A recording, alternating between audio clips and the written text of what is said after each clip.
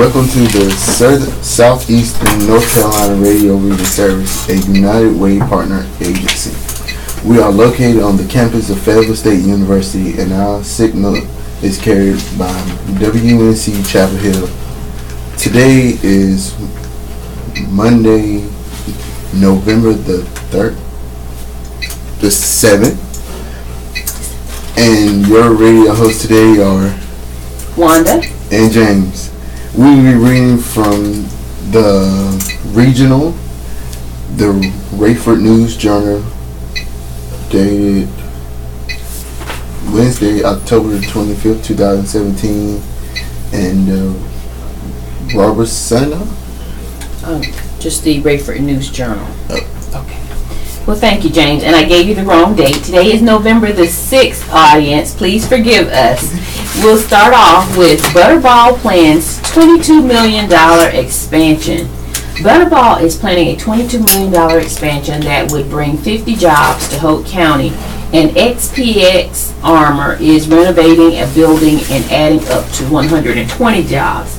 The projects are getting help from 2 grants from federal and state funded programs, according to information from the North Carolina Rural Infrastructure Authority. NCRIA approved this week funding request for an expansion at the Butterball plant in Rayford and for renovating a 16,000 square foot building in Rayford with XPX Armor, part of the business that operates the Paraclete XP Sky Venture skydiving wind tunnel and the Rayford Airport and Skydiving Center. A $390,750 grant under the federally funded Community Development Block Grant (CDBG) Economic Development Program will help Butterball establish a new turkey bacon production line at its facility in Rayford, creating 50 jobs, according to NCRIA. The project involves the installation of 4,900 linear feet of 12-inch water main to the project infrastructure, according to a statement from the agency. The city is also adding an in-kind amount of funding to the project. A total private sector investment of $22.3 million is also attached to the project. A $500,000 grant from the North Carolina Building Reuse Program will go to help renovating a 16,000 square foot building in Rayford. XPX Armor manufactures parachutes. A total of 100 new jobs are associated with the project, and more than $1.7 million in private investment leverages in public dollars, according to NCRIA. The agency announced the funding decisions this week. Hope County Economic Development Director Don Porter confirmed the funding announcement, explaining that the money will be going toward the 2 local business expansions. We've always said our number one constituency is our existing industry here, Porter said. Both Butterball and XPX Armor have operated various ventures in Hope County for many years. Porter and the county's Economic Development Board worked on the project behind the scenes along with City Manager Dennis Baxley, County Manager Letitia Edens, and the Hope County and City of Rayford governments. We've really got to thank our city, said Letitia Edens, and the county commissioners for doing what they did to make this happen, along with my Economic Development Board. It was truly a team effort, Porter said. Meeting to address possible expensive air move. A meeting to determine the outcome of a possible $175,000 county error is being moved. The meeting of the Hope County Board of Adjustment set for November the 2nd will be moved to the courthouse annex on Main Street in Rayford due to a conflict with early voting hours. County Planner Robert Farrell said the Board of Adjustment at its last meeting decided to table making a decision about an appeal against the county's action of revoking a permit for a group home until the first meeting in November. which is set for November the 2nd. Farrell said Tuesday that because the board meets in the county commissioner's room in the Pratt building, and that room would be used for municipal elections voting at the same time, the board wouldn't have enough space to accommodate the dozens of people anticipated to show up in the audience for the meeting. Instead, the meeting would be held at the courthouse annex. Darren McNeil, CEO of Serenity Therapeutic Service, bought a house in Woodbury Circle subdivision earlier this year and spent tens of thousands of dollars renovating it to serve as a group home for two people who rely on wheelchairs and require assistance. Through an unknown error, the county issued a permit for the group home despite there being an existing group home just 2 doors down, violating a county ordinance requiring at least half a mile separation between group homes. When the county planning office realized the permit was issued erroneously, officials revoked it and gave McNeil a grace period to find other housing for the two residents. McNeil appealed the revocation of the permit. Stuck in the middle are Woodbury Circle residents who say they don't want a group home that violates the county's ordinance in their neighborhood. Longtime Woodbury Circle residents Jean Shuttlenet, whose house sits between the two group homes, collected a petition of more than 70 signatures from neighbors asking the Board of Adjustment to deny McNeil's appeal. In a recent story about the matter, the News Journal incorrectly identified the date set for the November meeting of the Hope County Board of Adjustment. The meeting is November the 2nd, not November the 6th, which is the date for the next Hope County Board of Commissioners meeting. Speedway noise level okay. The Rockfish Motorsports Speedway got the okay last month to keep running races after professional testing showed the speedway operates within legal noise limits, just as owner William Brownie Brown said when the issue came up earlier this year. After two Rockfish residents complained to the Hope County Board of Commissioners about being bothered by noise from the racetrack on Lindsay Road, the county formed a committee to address the matter. The board also authorized hiring a private consultant to conduct noise testing to determine if the races were pushing the noise level beyond legal limits. The testing showed that the speedway does operate within the legal limit under Hope County's noise ordinance, according to county officials. The issue was resolved in September with Brown getting the all clear to keep operating the speedway. People who served on the noise committee included Andrew Enlow, one of the citizens who raised concerns about the speedway, and Ellen Bradford, Tim Tapio, George Davis, E.T. Brock, County Planner Robert Farrell, Inspector Andy Connor, a Sheriff's Office representative, County Attorney Grady Hunt, and Commission Chairman James Leach. The Speedway has been around for about 10 years. It operates on Saturday nights for about 4 hours, 18 Saturdays a year from April to October, Brown said earlier this year. He said in a statement at the time, "Not one person has approached us to discuss the sound coming from the racetrack. The Speedway property is zoned industrial/commercial, and the decibel rating from the racetrack is well within the industrial commercial rating," Brown said in a statement. Brown, a local businessman who also operates Brownie's Towing and Rockfish U-Haul, among many other ventures, uses the Speedway as a way of supporting local organizations and causes such as the Hoke Heist Band, Veterans of Foreign Wars, schools, churches, and more.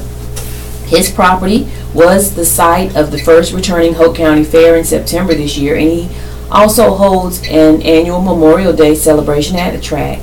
Brown has previously run for a seat on the Hope County Board of Commissioners.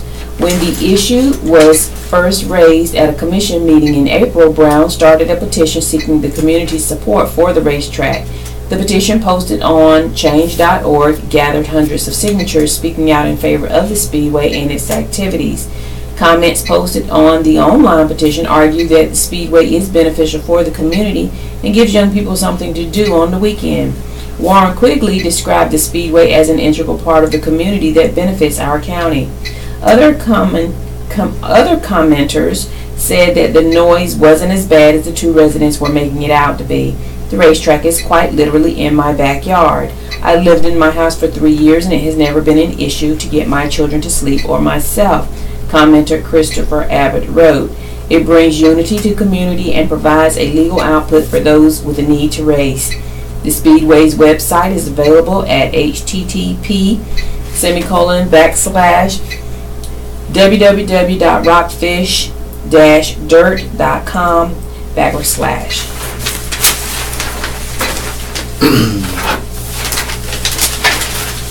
Other stuff.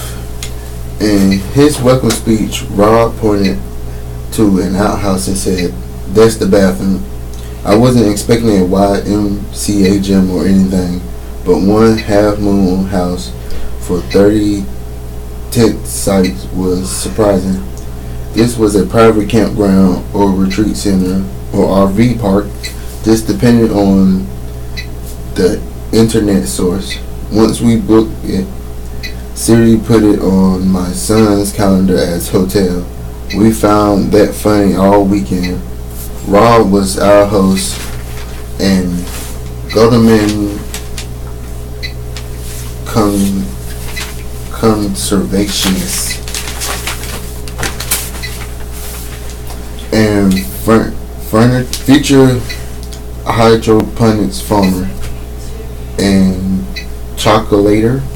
I am neither lying nor exaggerating, and will host the Olympics in 2020, I said, mocking him later after he described all the plans for his place. Welcome to the Airbnb or Verbo of the camping world, hipcamp.com. Picture a tent next to our bold and beautiful stream surrounded by national forest. The online listing we chose read, that part, and it's the most important, was dead on, though. I'm not quite sure what a bold stream is. The place was absolutely beautiful and we never known about it. My son Ben and I were in the mountains north of Asheville over the weekend to camp and day hike. My having successfully taught him of a 14-mile backpacking adventure, which for me didn't appeal because I need my coffee. I wanted it off the beaten path, but I wanted a path. Potable water was a plus. I didn't care about the internet listing power and Wi-Fi, but curiosity was pinging as we drove up to a spot just below the backside of the Blue Ridge Parkway.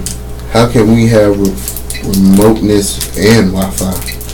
Rob, the host, had hauled a tiny house, as they called, to a spot on 43 Arts above Barnesville, where he was building something he thought might become a retreat center. Until then, he has the outhouse, the tiny house, a shed with Wi-Fi, a tractor, and the land and the river runs through it. Some college girl from Atlanta arrived as we were sailing in, and I think they must have been a little too optimistic on the inclusion of Wi-Fi. They were in high heels. We settled a tent spot almost in the bold and beautiful stream, figuring the noise of rushing water over the rocks will drown out any bear visitors and the girl from Atlanta who probably intended to stay up past 8 p.m. Someday I wanted to discuss how manufacturers determine the number of people they believe can fit in their tents, which is high math indeed. But I'll skip it now and just say I spent 2 nights a lot closer to my son than we've been in years. The next morning, after a breakfast of bacon and eggs and coffee, stuff you can truck in, will consult alltrails.com, and he headed for a modernary, difficult 2 or 4 mile hike. We never could figure out whether out and back mileage was one way or 2, which is a problem if you're pondering a 14-mile backpacking adventure. Anyway, we sat on the tailgate of the truck and geared it up: hiking boots, aluminum walking poles, a backpack with lunch, and prepared to assault the routes, which the internet promised boasted spectacular views. From the look of it, though, we stumbled upon a walk in the park. At the trailhead, there were Walmart crowded of people, young children included, and lots of yapping lap dogs. We got back in the truck and departed from a strenuous 4.5 mile hike, reasoning it didn't matter if it was really 9 miles. The walk was stick worthy. We experienced hikers say about hiking poles, heading straight up the mountain ridge, and the scenery was worth the effort. With a view of the distant mountains, we ate our sandwiches and marveled that so far nothing had gone wrong. That change coming home. Leave it to I-40 to be more challenging than hiking the Blue Bridge, the ridge. Wrecks were popping up all over the place, and at one point Google Maps was reporting traffic back up 6 miles. Some fancy navigating and driving got us out by the skin of our teeth. So this week tip is high camp in all trails and stay off I-40. Rayford Hope Museum forges bond with Moore County. The Rayford Hope Museum has joined the Moore County Chamber of Commerce, and November 6th will host a business after hours with the Moore Chamber and the local chamber. The museum is a destination place not only for Rayford and Hope County citizens, but also for other counties as well, the museum board said in a news release. The more people involved, the better this facility will become. The museum will hold a ribbon cutting and business after social hours to acknowledge the venture. The ribbon cutting will be held at 4:30 p.m. with light finger food served from 4 to 6 p.m. The museum is located on Highland Avenue in the McFadden House, the home of the father of Hope County, John W. McLaughlin. McLaughlin built the house in 1905 as a wedding gift for his wife, Christina McFadden McLaughlin. McLaughlin was a local merchant and the state senator who introduced the bill to establish Hope County. Construction of the house was done by Marcus W. Dew, who built many buildings in Hope County, including the Rayford Presbyterian Church and several homes on Central Avenue. The museum, now in its 20th year, is of neoclassical revival design and measures 6,000 square feet. Over the last 15 years, the museum has maintained a nonprofit board to oversee its operation. 5 additional buildings have been added, which included a first responder building, a dollhouse, a one-room schoolhouse, a smokehouse, and a 2-story farmhouse. There are plans to construct a barn to house the museum's farm equipment. Last year, Hurricane Matthew destroyed a tool shed and collapsed a wall in the schoolhouse. Most of the replacements and repairs are complete, but the storm delayed improvements. The museum will be open all afternoon November 6th so people can see what has taken place over the years and also to learn about the damage that was done by Hurricane Matthew. The board also voted to increase the hours of operation to better accommodate the community, though the hours haven't been set yet. The current hours of operation are Mondays and Tuesdays from 10 a.m. to 2 p.m. and Sundays from 2 to 4 p.m. For more information, call the museum. Visit www.rayford-hopemuseum.org or call at 910-875-2279, Monday or Tuesdays from 10 a.m. to 2 p.m. or leave a message. Emergency Management gives update. Hope County's Emergency Management Department could use some new equipment and additional resources. New Emergency Management Director Brian Marley told the Board of Commissioners last week. Marley completed a preliminary report on status of emergency service when he began in position recently and update the commissioner on what he found. Marley looked at everything from the emergency operations center to personnel needs in his assessment. He said, first, the department needs a permanent clerk who can become familiar with the job, the director said. Right now, a temporary worker is filling the position with half work days, which has drawn back. Some of the problems I see with the position is the amount of time spent training these individuals when they come in. They're here for a short period of time, and once we train them and get them where they need to be, they're gone, and we're going to have to train somebody else, Marty said. The program used for 5 inspections containing sensitive information from business, and so there's also a security concern with having the position filled by a temporary worker, the new director said. Not to say I don't trust somebody when you got rollover like that. It's hard to hold somebody accountable, and we can't let a temporary position like that have access to everything they need to help us run our department, he said. Housing for the office is another issue. Right now, the building inspections department is collecting fire inspection fees on behalf of the fire marshal's office because the emergency management department is in a temporary office, Molly said.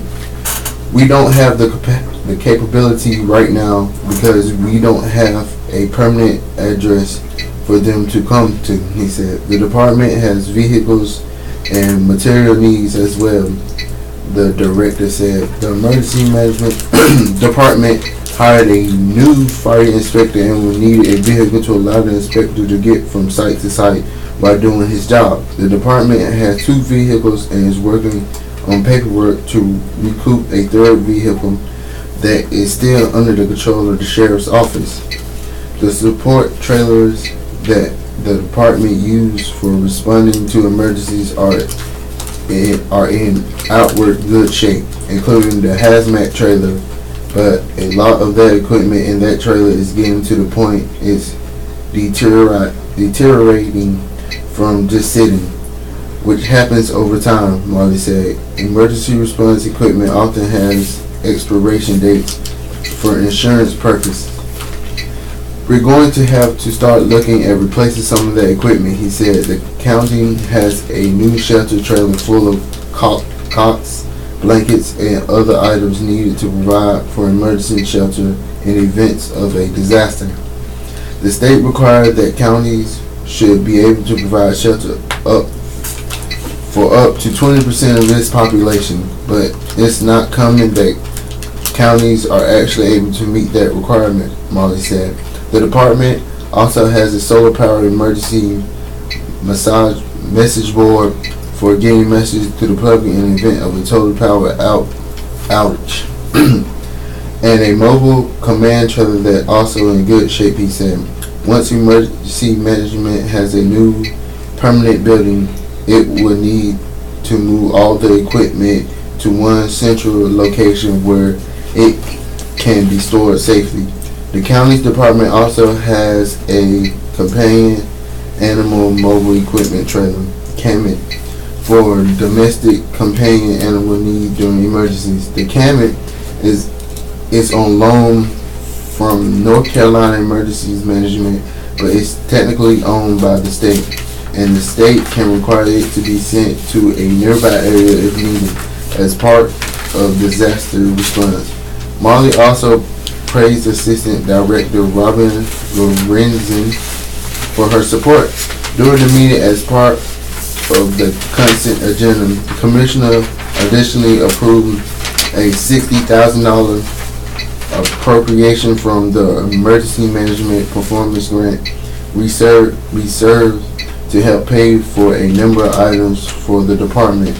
The funding included $30,000 in capital outlay, $10,000 for office furniture, $5,000 for data processing, $5,000 for training and education, $3,000 each for dues and subscriptions, traveling and uniforms, and $1,000 for supplies and materials according to the budget revision form. This is the Southeastern North Carolina Radio Reading Service, a United Way partner agency. We broadcast from the campus of Fayetteville State University, and our signal is carried by WUNC Chapel Hill. As a nonprofit agency, we rely on public donations. We request your support to continue our services. When making charitable donations, please keep the Southeastern North Carolina Radio Reading Service in mind. Our post office box number is 35029, Fayetteville, North Carolina 28303. If you have any questions or comments, please call us at 910-672-1600 or our toll-free number 1-844-709-5656. Your radio hosts are James and Wanda, and we are proud to serve you today. Teens, don't take health for granted. Ooh. Are you listening, James? I am. Are you a teen? I am. Okay. Good health is more than the absence of disease or injury. Health is a positive state of well-being. Good health cannot be taken for granted. Young teens are assuming responsibility for their personal fitness. Many are overweight due to lack of exercise and poor eating habits. Some suffer from anorexia nervosa and bulimia. Young teens are also being faced with decisions regarding the use of drugs, alcohol, and tobacco. It is important for them to know how their bodies work and what kinds of things can go wrong as they work toward achieving good health and fitness.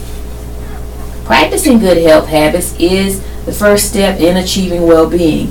Basic health habits include eating well, exercising, and avoiding harmful substances. A healthy habit is any behavior that benefits physical, mental, and emotional health. These habits can improve your overall well-being and make you feel good. Healthy eating involves taking control of how much and what types of food you eat, as well as the beverages you drink. Try to replace foods high in sugar, salt, and unhealthy fats with fruits, vegetables, whole grains, low-fat protein foods, and fat-free or low-fat dairy foods. Make half of your plate fruits and vegetables. Dark green, red, orange vegetables have high levels of nutrients you need, like vitamin C, calcium, and fiber. Choose whole grains like whole wheat bread, brown rice, oatmeal, and whole grain cereal. Power up with low-fat or lean meats like turkey or chicken, and often protein-rich foods such as seafood, egg whites, beans, nuts, and tofu. Build strong bones with fat-free or low-fat milk products. If you can't digest lactose, the sugar in milk that can cause stomach pain or gas, choose lactose-free milk or soy milk with added calcium. Fat-free or low-fat yogurt is also a good source of dairy food. Fat is an important part of your diet.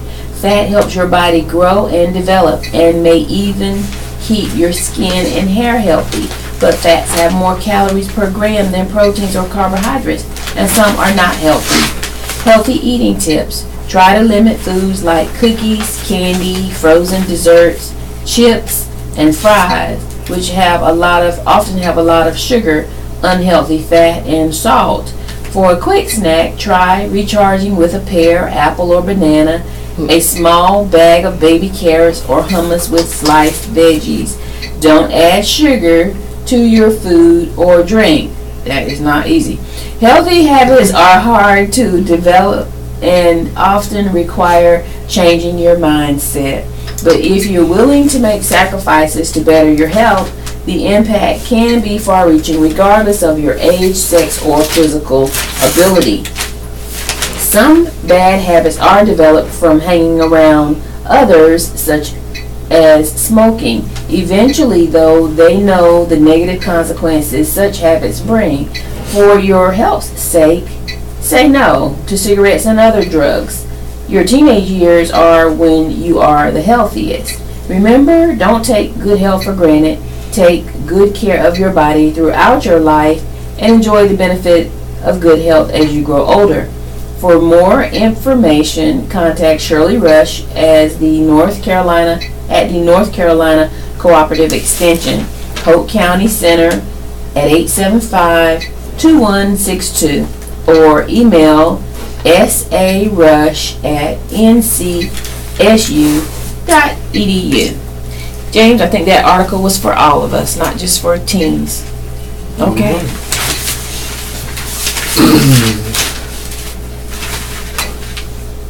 Just putting around. J.D. Goodwin, Ralph Theobald, and John Hudson tie Rick Evans, Walter Quick, Chris McDuffie, and Brian Daniels at 7 under par in the Wednesday shootout. Friday's shootout results in another tie with Brian Basham, Elmer Caps, Dennis Brewer, and Bob Person. Rick Evans, Jeremy Hoffman, and Wayne Skull finished at -6. The Sunday's after church group winners were Mike Woods, Richard Cook, and Dennis Brewer. Scott Azarel and Lauren Bingham won the Skins game on Saturday. The Saturday morning group winners were Steve Jumberlake, Al Smith, and Glenn Biggs. The Saturday's pack group winners were Wayne Beasley, Grady Beasley, Cody Jackson, and John Boyes. The Sunday's morning group winners were Guy Wall, Stephen Jumberlake, Don Fricolin, and Glenn Biggs.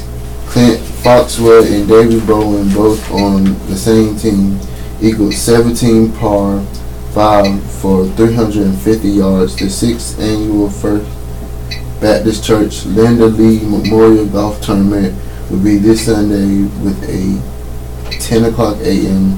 tee-off at Upland Trace. Registrations will begin at 8:30 a.m. and Flo Buell is providing the hole-in-one vehicle. A hot meal lunch will be provided along with door prizes and gold prizes. $400 will go to the winning team, $200 to the second place, and $100 to the third place. There will be a 50-50 raffle and longest drive and closest to the pin. For more information, contact the church at 910-875-3508 or Upland Trace at 910-875-3524. And here's why the public hates politics. The latest debacle over Trump's response to Gold Star families illustrate why people hate politics and have lost respect for both our leaders and our institutions. Nobody behaved well, not even the president, not the congresswoman, not the press, and not the partisans pushing to score political points. The woman who lost her husband and is left to raise 3 children alone, including one on the way, gets ignored and becomes a footnote in the controversy. The whole thing started when Trump and his administration ham-handedly handled the death of 4 soldiers in Niger. Instead of making a statement about their deaths or explaining why they were in the Central African country, Trump was busy tweeting about football players and fake news. When the press asked him if he had reached out to families of the fallen, Trump felt compelled to say that he does more than his predecessors. Of course he does. Nobody does more than Donald Trump on any matter.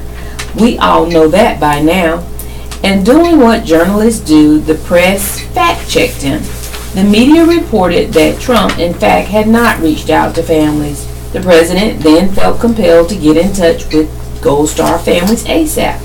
So he started calling. Bad idea. Trump lacks empathy, so consoling families is a recipe for disaster. That said, he thought he was doing what he's supposed to do. He just got the words tangled up. Unfortunately, Congresswoman Frederica Wilson was on the line when Trump mangled his condolences. Wilson went straight to the press. They in turn went to Trump, who then lied and denied what he had said. From then on, the whole debacle turned into a day of he said, she said, while most other news got lost in the firestorm. After a couple of days dominating the political news cycle, Chief of Staff and Gold Star father John Kelly gave a press conference describing what happens when a family receives notice that they've lost a loved one. He looked like the adult that the Trump administration needs and sounded like a caring man, deeply sympathetic to military families. Unfortunately, he also used the occasion to bash Representative Wilson by mischaracterizing her words at a dedication ceremony she attended years ago. By Friday, the firestorm had dominated the news for 4 days without any real point or useful information. To be clear, Trump started it to cover up for his silence on Niger by pointing fingers and lying. Representative Wilson, though, had no reason to go public with the conversation between Trump and the war widow except to make him seem callous and uncaring, something most of us who oppose Trump already believe and something his supporters will never buy. The press, who've been relentlessly attacked by the president for presenting fake news, wanted to show that Trump was lying. Again, something we already know. The debacle has leaked into this week with almost nothing gained. That Trump is a self-absorbed liar who lacks empathy is not news. That he botched a condolence call might have deserved a mention, but not a week of coverage. Kelly is far more sympathetic than the other political players or press, but even he couldn't help trying to score some political points. He can't be blamed for trying to cover for his boss, but he can be criticized for not apologizing to Wilson for his mischaracterization. While we were watching this 4-day story, we never found out why we're in Niger or what happened to the 4 soldiers who were killed. We gave short shrift to more important stories about a resurgent Taliban in Afghanistan and a potential civil war in Iraq. On the home front, the tax reform plan got overshadowed by tweets and press conferences. Meanwhile, nothing of consequence came out of the fight between Trump, Wilson, and the media. That's why the public hates politics. The press and politicians put Gold Star families in the middle of political skirmish with no discernible goal. Wilson may have acted hastily and in anger, but still her accusation shifted the conversation away from the fallen and onto her and Trump. Trump lied and besmirched Wilson, but he does that almost every week. In parentheses, the question is day. To somebody, he certainly should be called out for it, but it shouldn't dominate the news cycle for a week because at the end of the day we have no additional useful information. The press is too eager to show that Trump is the one promoting fake news, not them. They would be wiser to take a just the facts ma'am approach instead of sensationalizing a political battle that has no relevant policy implications. Build the case that he's untrustworthy, but don't revel in his fantasy world. We learned nothing new from this whole episode. It just confirmed people's view that our politics is dysfunctional and petty. This is written by Tom Mills. He's the founder and publisher of politicsnc.com.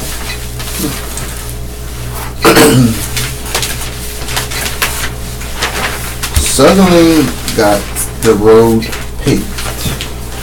To the editor, thanks to all the commissioners for getting our road, Best Street, paved.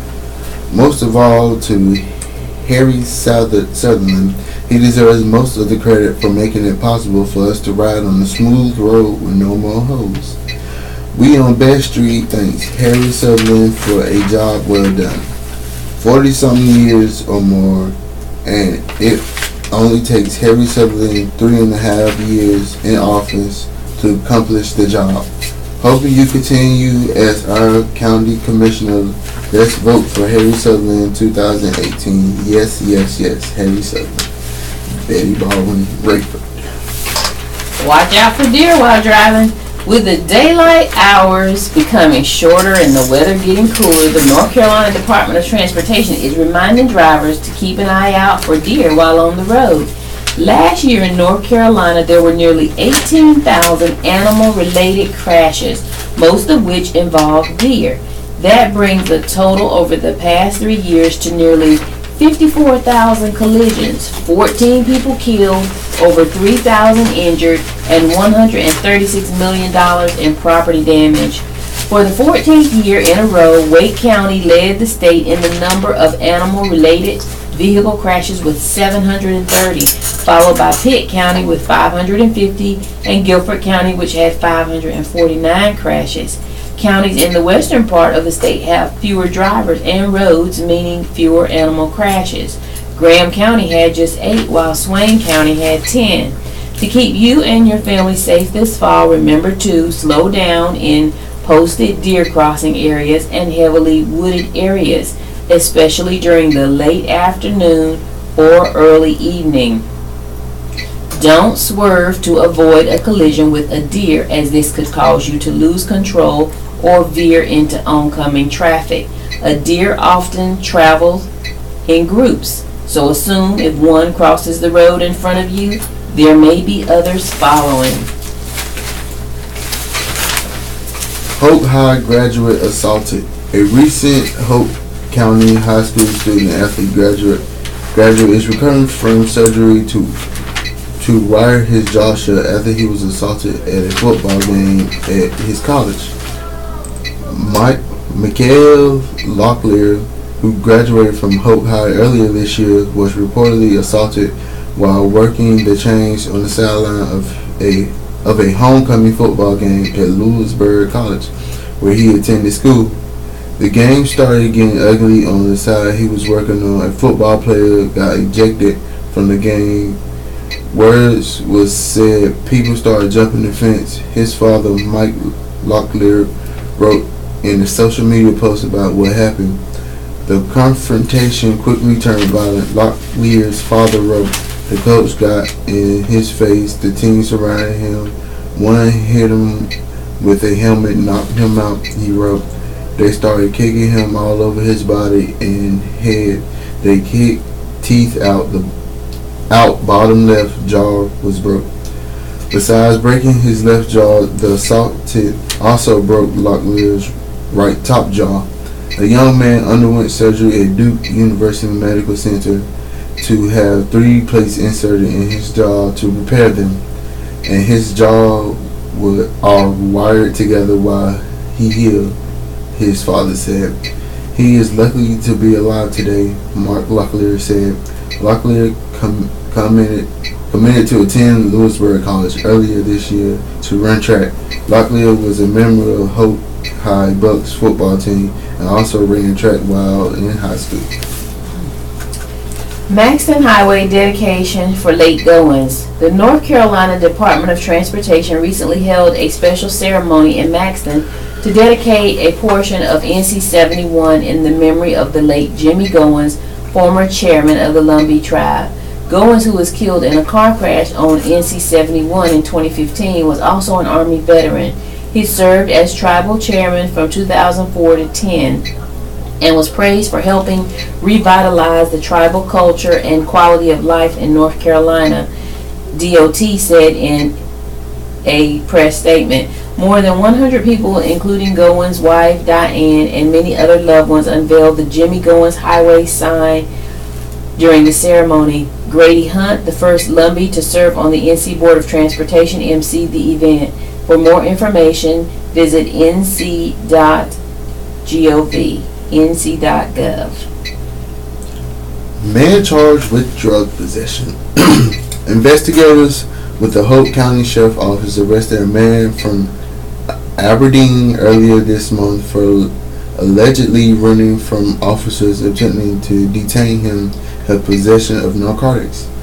Deputies arrested Dadrian Tyrell Brazil, 27, of the 200 block of Rosie Roy in Aberdeen on misdemeanor charges of simple possession of a scheduled IV controlled substance and resisting in public officer.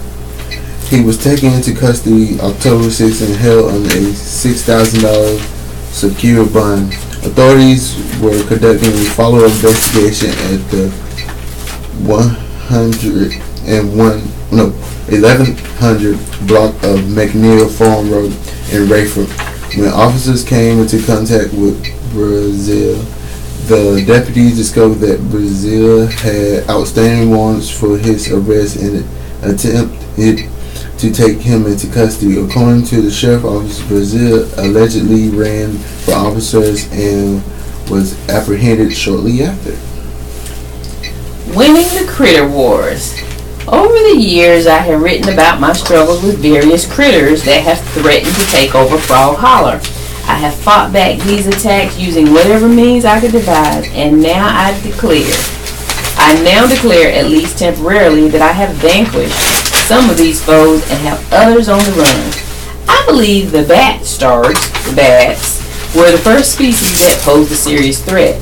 The attic area of our house was a cozy home for hundreds of them at one time. I gradually worked my way around the house, covering up holes in the eaves, screens, until most were gone. I remember having to force some stubborn ones out with a hairdryer and shovel out pounds and pounds of bat guano that they had deposited over the years. Bats are good for eating mosquitoes, and we were glad to see that they simply moved over to the barn, carefully avoiding the manufactured bat house that we provided. They lived there for several years, but have now disappeared from the property. I consider this a win with some reservation. The next serious threat was from the carpenter beasters that bored so many tunnels in my tractor shed joists that I feared collapse. I spent several hours during the first battle stalking them in an effort to smash them against the joist using a flip-flop, stunning them, and then crushing them on the ground. I had some success with a tennis racket, whacking them into the ground where they could have been crushed. I noticed at that time that they were beginning to bore their little holes into the trim of the main house. I expanded the battleground, and I could often be seen stalking them in the flowers with a fly swatter. As cruel as it sounds, nothing gives me much more pleasure than crushing the little beasters, knowing that I have performed good work in preserving Frog Holler. As spring followed, I noticed a gradual decline in the number of bees until this year. They were almost gone, swarming around the tractor shed. With a reduction in the number of honeybees pollinating our plants, I have actually spared the lives of some of these pests, hoping to get some positive effect from them. I am declaring a temporary end to their reign of terror, but I will remain forever vigilant for their return. The moles are the third class of troublesome critters. I tried to tolerate other species and turned my head to the fact that they were tunneling under the lawn, leaving the visible tracks of elevated earth. This was bothersome, but got critical when the dogs began to rip open the tunnels in search of the moles, leaving a big mess for me to deal with. This was happening each spring, and I decided to see if I could do something. While in a farm supply store, I noticed a round pointed plastic device that claimed to be the miracle I was seeking.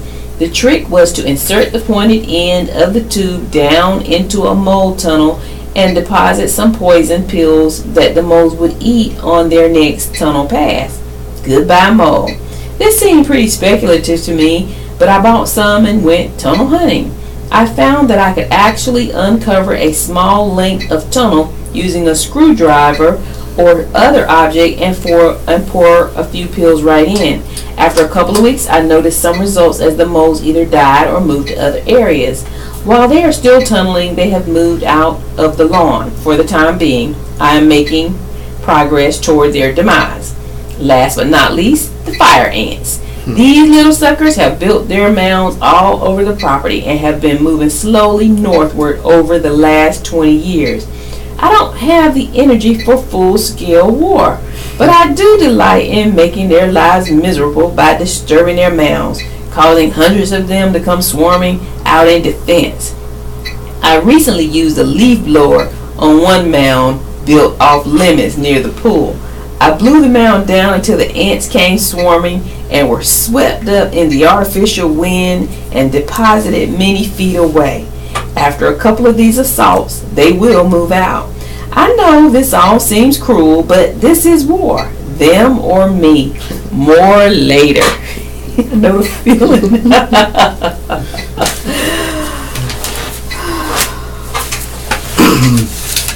Youth attend summit.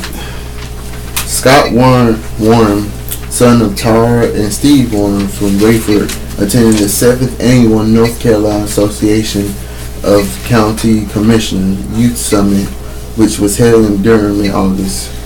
North Carolina forehand the North Carolina Corporation Extension Service partnered for the 8th year with the NCACC on the multi-year initiative to increase youth involvement in the county's government. Warren was among representatives of more than 70 counties taking part in the event. Okay, let's see here what's left. I'm going to try to read quickly. Where's the community calendar? Well, no, let's move on to something else. I'm going to try to read this one. I don't know if I'll get to finish. Our time is almost up. Legislature reaches a new low.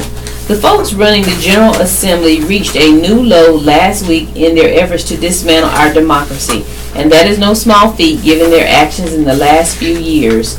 Senate Rules Chair Bill Raybon filed legislation calling for a constitutional amendment to shorten the term for all judges in the state to 2 years and end every current judge's term at the end of 2018.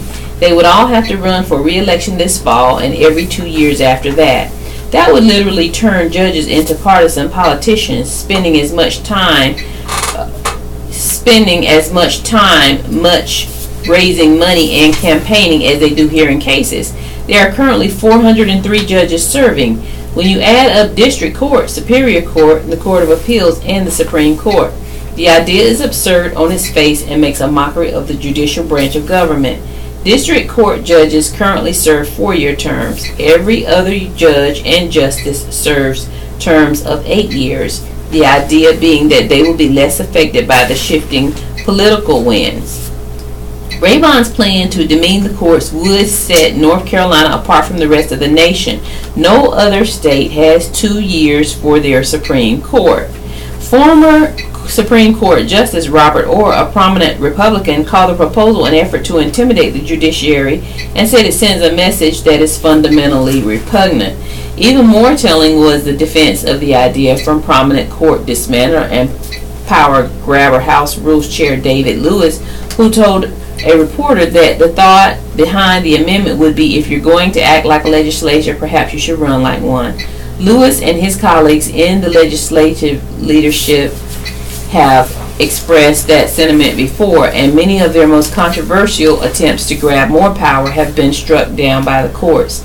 Putting aside the startling dismissal of the role of the judicial branch of government, Lewis's inane statement doesn't even make sense in the context in which he offered it.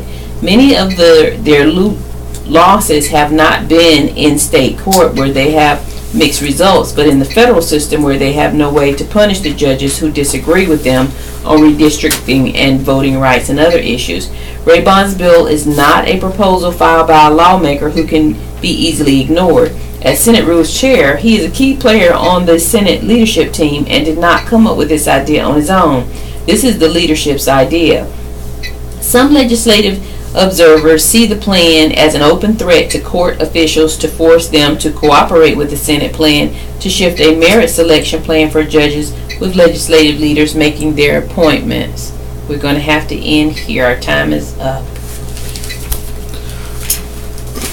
This concludes our reading of the Reno. Is it the Renovate or the news? Rayford. The Rayford and Hope County, NC. Stay tuned for an hour of Raleigh's brief programming. Then enjoy Off the Bookshelf at 4 p.m. You can hear a rebroadcast of this program at 7 p.m. on Saturday. Your radio hosts have been Wanda and James. We enjoyed being with you this afternoon. Thank you for tuning us in. Have a wonderful day. All right, we did it. That was good. Now it's time for you to go to class. Oh, okay. What's your major, James? Nursing. Oh, good for you. That's great. What year are you in? I'm a sophomore this year. Okay. So, what's his name? Timothy? You know Timothy? Timothy comes in here too. Yeah, that's his name. Timothy. Last name? I don't know. Timothy has a beard. Is it Mannings? I don't know. He got big guy. You know Timothy? Yeah, I know a Timothy. Yeah, he comes in here. I think Timothy he's up. What is he? A junior, maybe? I don't know. All right. Hope you have a good afternoon.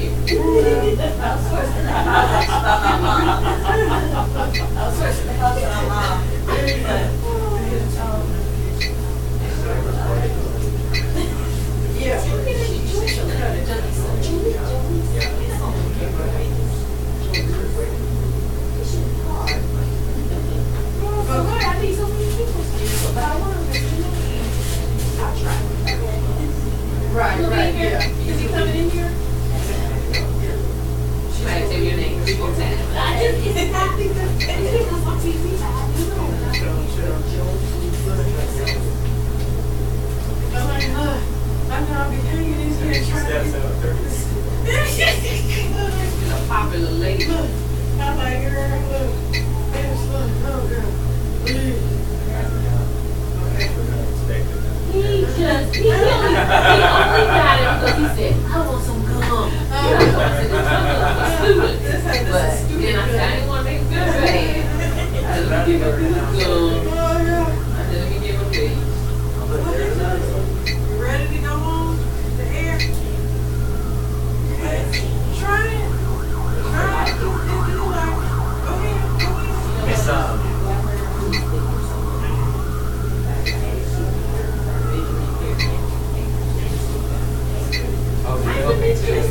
you want me to stream it or?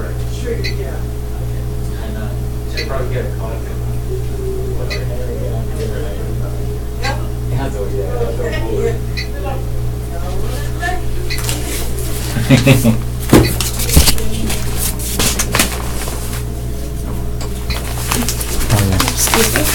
So basically, you like take one, except for the ads, and we take turns reading, like going back and forth. And then, like if it says see such and such page 3A, and like you could go ahead and get this ready. So as soon as you have that ready, that way you can just go like girl page 3A and you can read. That way you can do it kind of without interrupting. Okay. And they're different pages, so I'll be reading one and you'll be reading another one. Okay. So, yeah.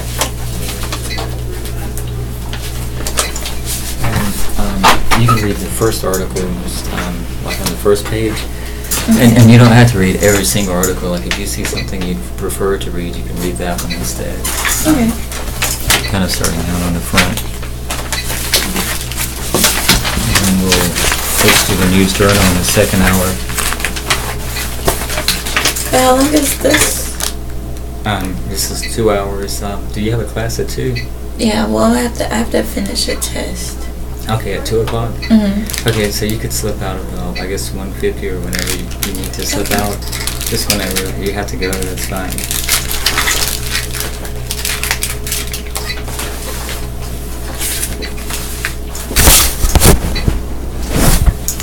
Well,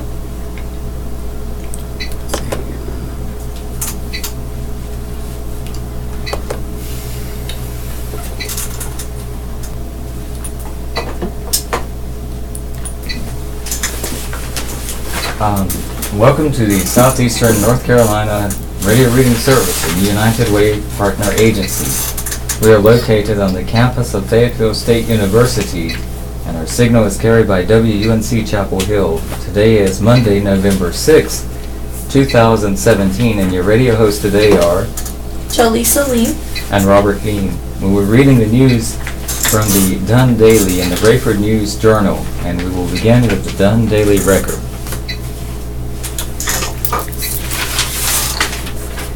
Lost Girl Found Alive Well by Rick Curl. A 36-hour ordeal for a missing girl came to a happy end Wednesday evening after an anonymous tip led to her discovery. Zariah Nicole Holliday had been the focal point of a massive search near Anderson Creek.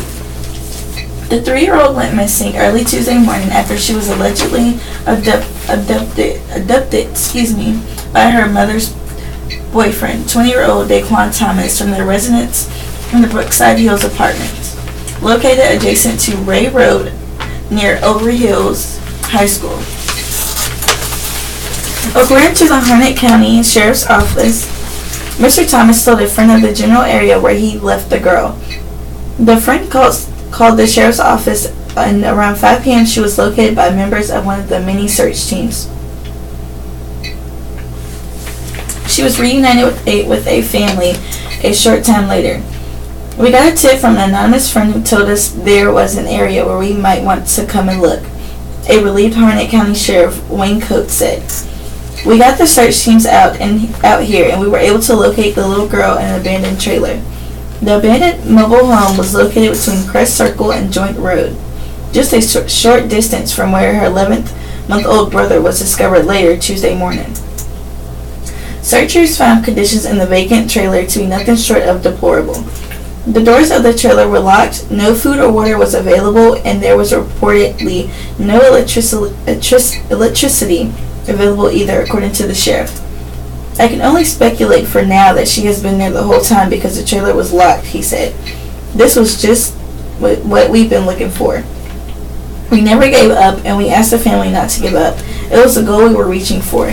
The sheriff described the little girl's condition at the time she was discovered as scared and dehydrated, asking only for food from McDonald's, which the sheriff confirmed she received from her mother a short time later. She was transported to the hospital for a routine medical examination. She was dehydrated. Other than that, she wanted to go to McDonald's, the sheriff said. She got lots of attention, which was well deserved. The family was out here and they were able to go down there and get her. The two children had been allegedly adopted by Mr. Thomas after an argument with the mother of the children, Shaquilla Murchison, 33. Ms. Murchison contacted Harnett County deputies after Mr. Thomas had a verbal altercation with the manager of the complex. The suspect was arrested shortly after the discovery of the 11-month-old, who was his biological son. Throughout the investigation, he denied having any knowledge of where the girl was hidden. Despite the discovery of video surveillance by the sheriff's office contradicting his denials, an anonymous tip, the video clearly shows Mr. Thomas with both children. I can't thank the news media enough for putting out the information, the sheriff said.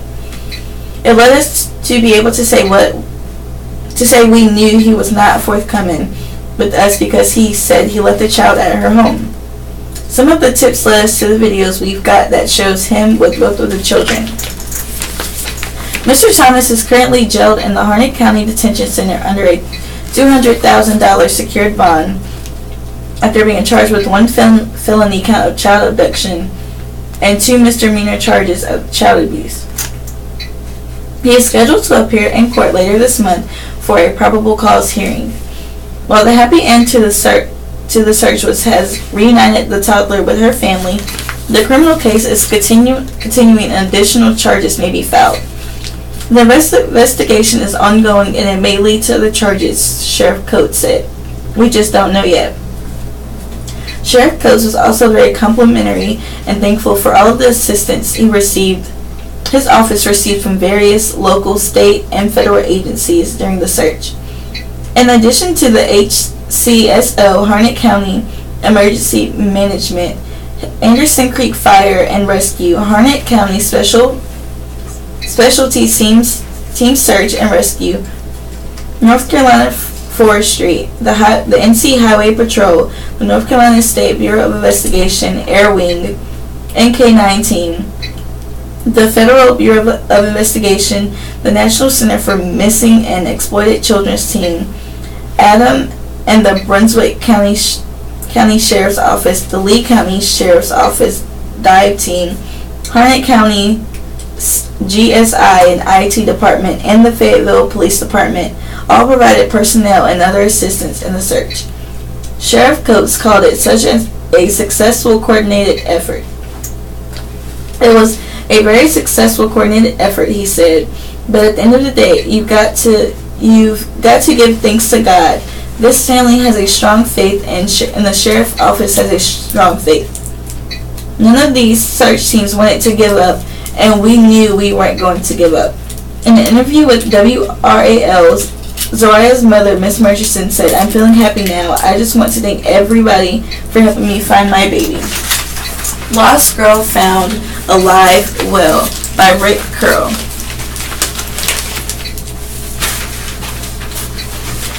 For local author, novella A Work of Love, one-level writer releasing series of stories.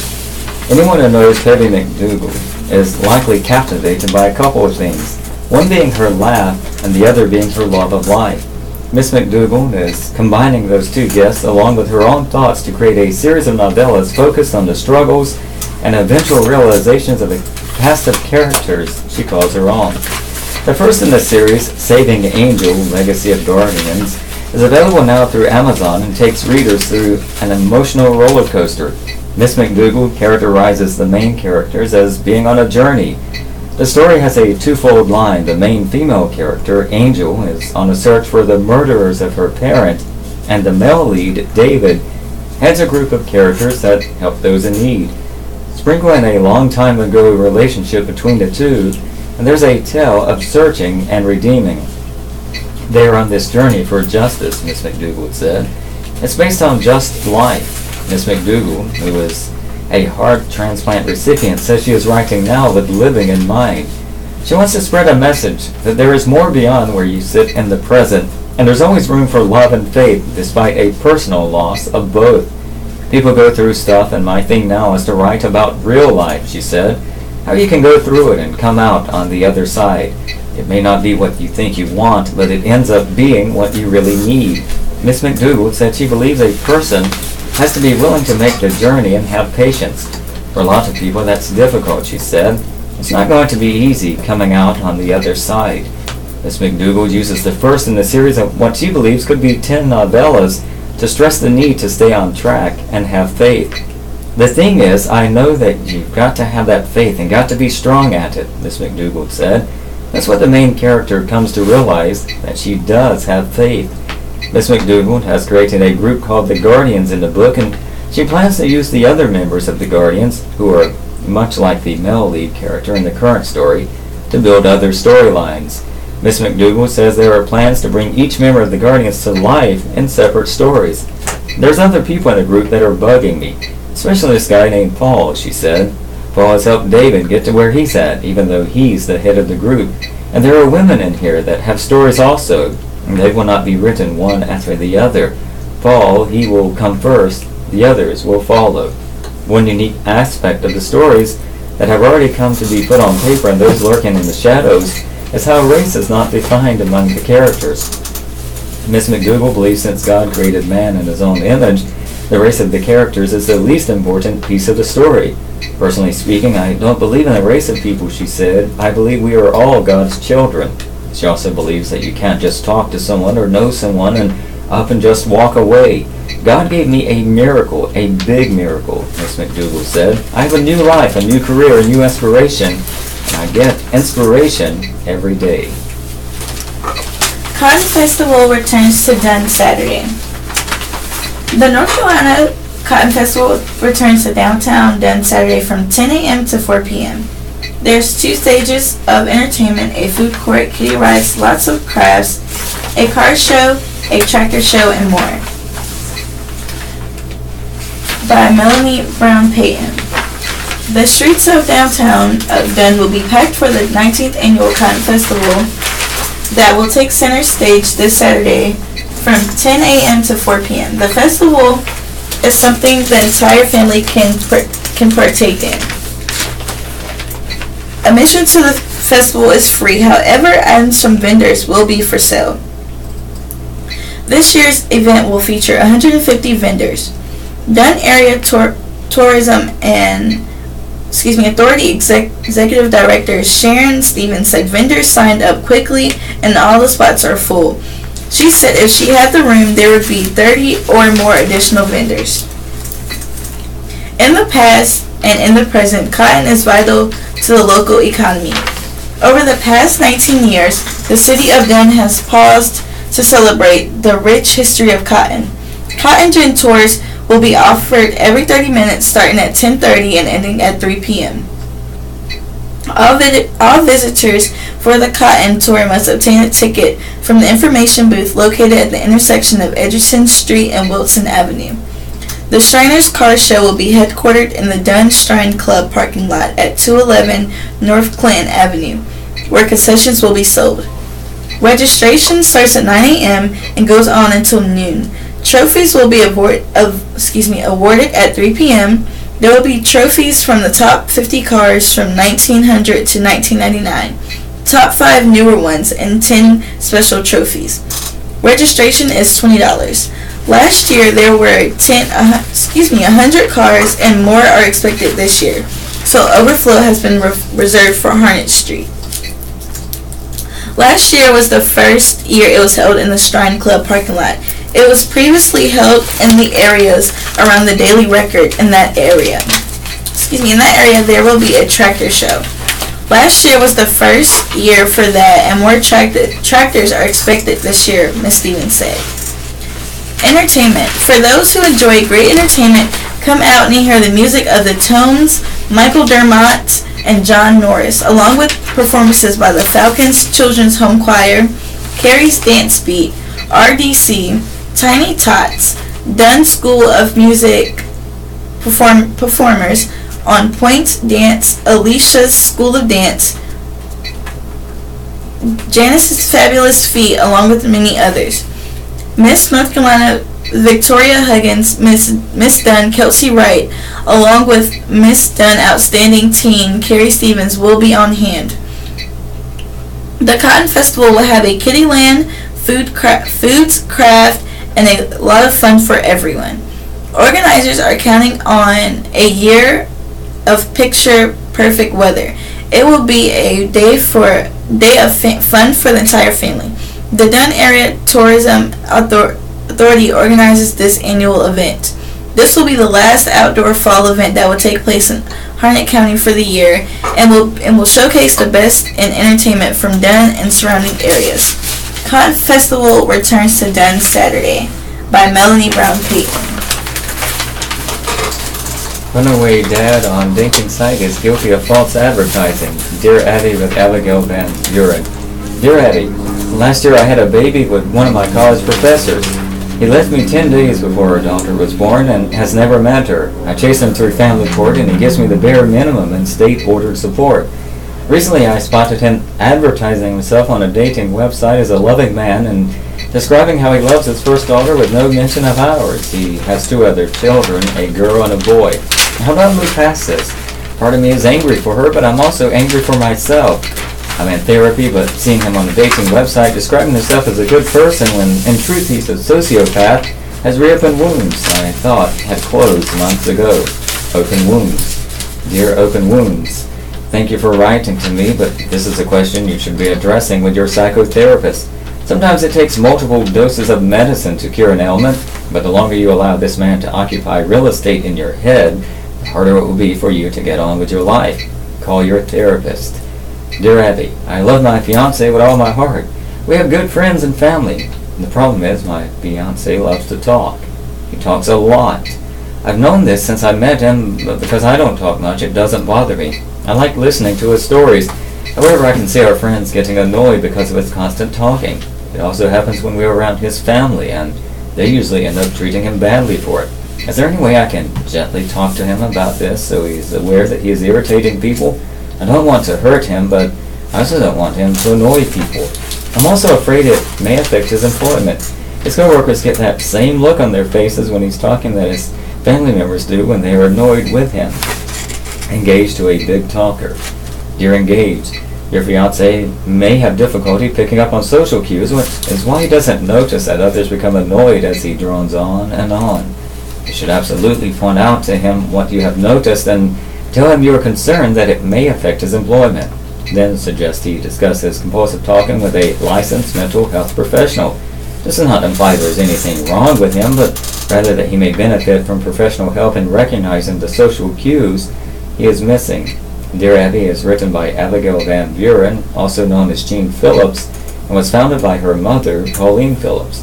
Contact Dear Abby at www.dearabby.com or P.O. Box 69440, Los Angeles, California 90069. Remembering When by Melanie Brown Payton. For the week of November 4th through the 9th. 60 years ago, Mr. and Mrs. Johnny House of Newton Grove celebrated their 50th wedding anniversary with a host of family and friends. The home of their son and daughter-in-law was decorated with yellow flowers representing the golden celebration. The Mary Ellen Dozer Circle of First Baptist Church in Dunn met at the home of Mrs. J. A. McLeod on North Ellis Avenue. Mrs. Durham Taylor presided over a short business session. The theme was helping youth to hear God's call. Mrs. Leslie Parker and Mrs. McLeod conducted the devotional. Following the adjournment of the meeting, the hostess served cake, nuts, and coffee. Members of the Hood Memorial Christian Church met at the home of Mrs. Eston Bates. The arrangement of roses and of red berries decorated the living room of the home. A devotional was conducted by Mrs. Frank McLeod. Mrs. Williams S. Tart, circle leader, conducted the business meeting, and treasurer's report was given by Mrs. Hoover Adams. At the end of the meeting, the hostess served pimento cheese sandwiches, cookies, nuts, and iced drinks. The Hodges Chapel Ladies Auxiliary met at the home of Mrs. Paul Neighbors.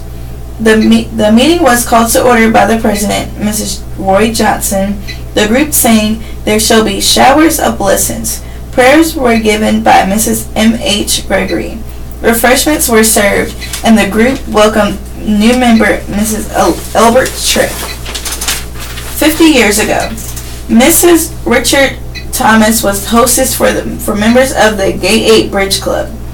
Mrs. Woody Myers tallied club during play, and Mrs. J.I. Thomas won guest high. Mrs. Mac Hamilton was awarded the consolation prize. During play ice drinks, crackers, dips, and candy were served. Ray Edwards of Lillington was named county key banker for Harnett County. Circle 3 of Hood Memorial Church gathered at the home of Mangum Butler. Mrs. Eugene Hudgens presided over the business session. Guests enjoyed coconut pie, ham biscuits, stuffed bugles, and more. Eva Minter was the guest speaker at the 95th Annual General Assembly of the Western Disciples of Christ at Piney Green Church. Fannie S. Stafford was the guest speaker at the Union Grove Baptist Church in Clinton. Music was provided by Pure Gospel of Dunn.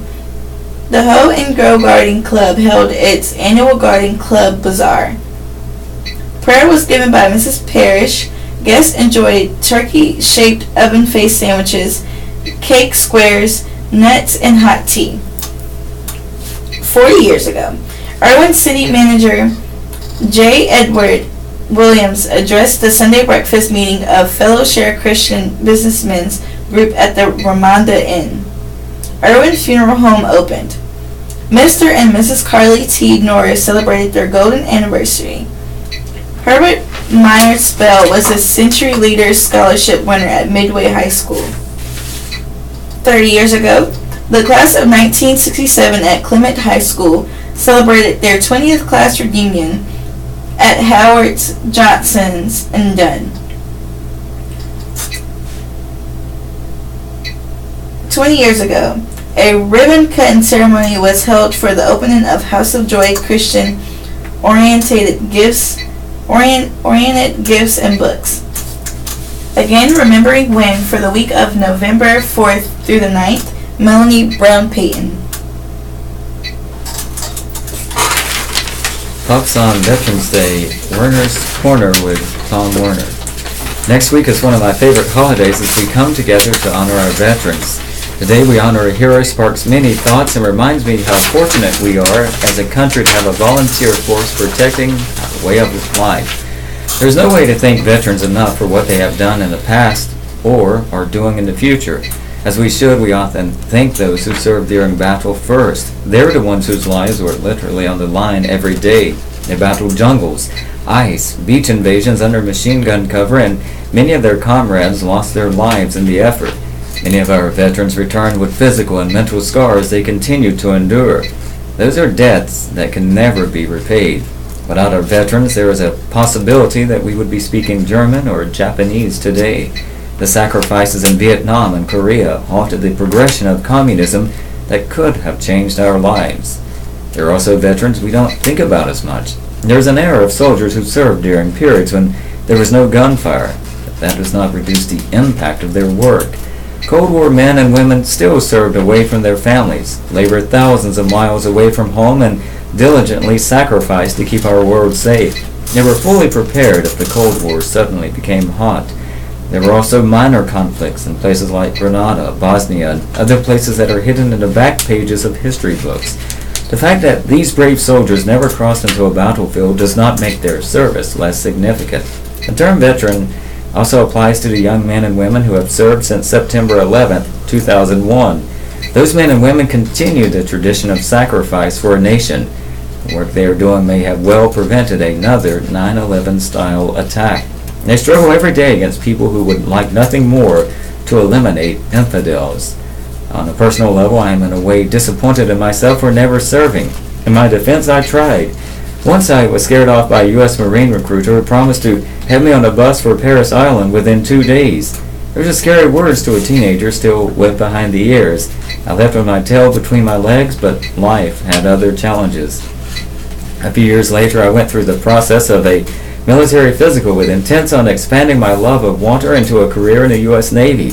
An annoying hearing loss discovered by military medical examiners required more testing, which I never pursued.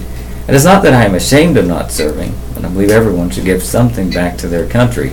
As a nation, we need to do a lot more than we do for all veterans. The fact that many have woefully inadequate health care is inexcusable. On too many street corners, there are people with cardboard signs claiming to be homeless veterans. Some of these may not be legitimate claims, but if there's even one homeless veteran, it is one too many. President Trump has repeatedly promised to look out for our vets. I hope he keeps his word.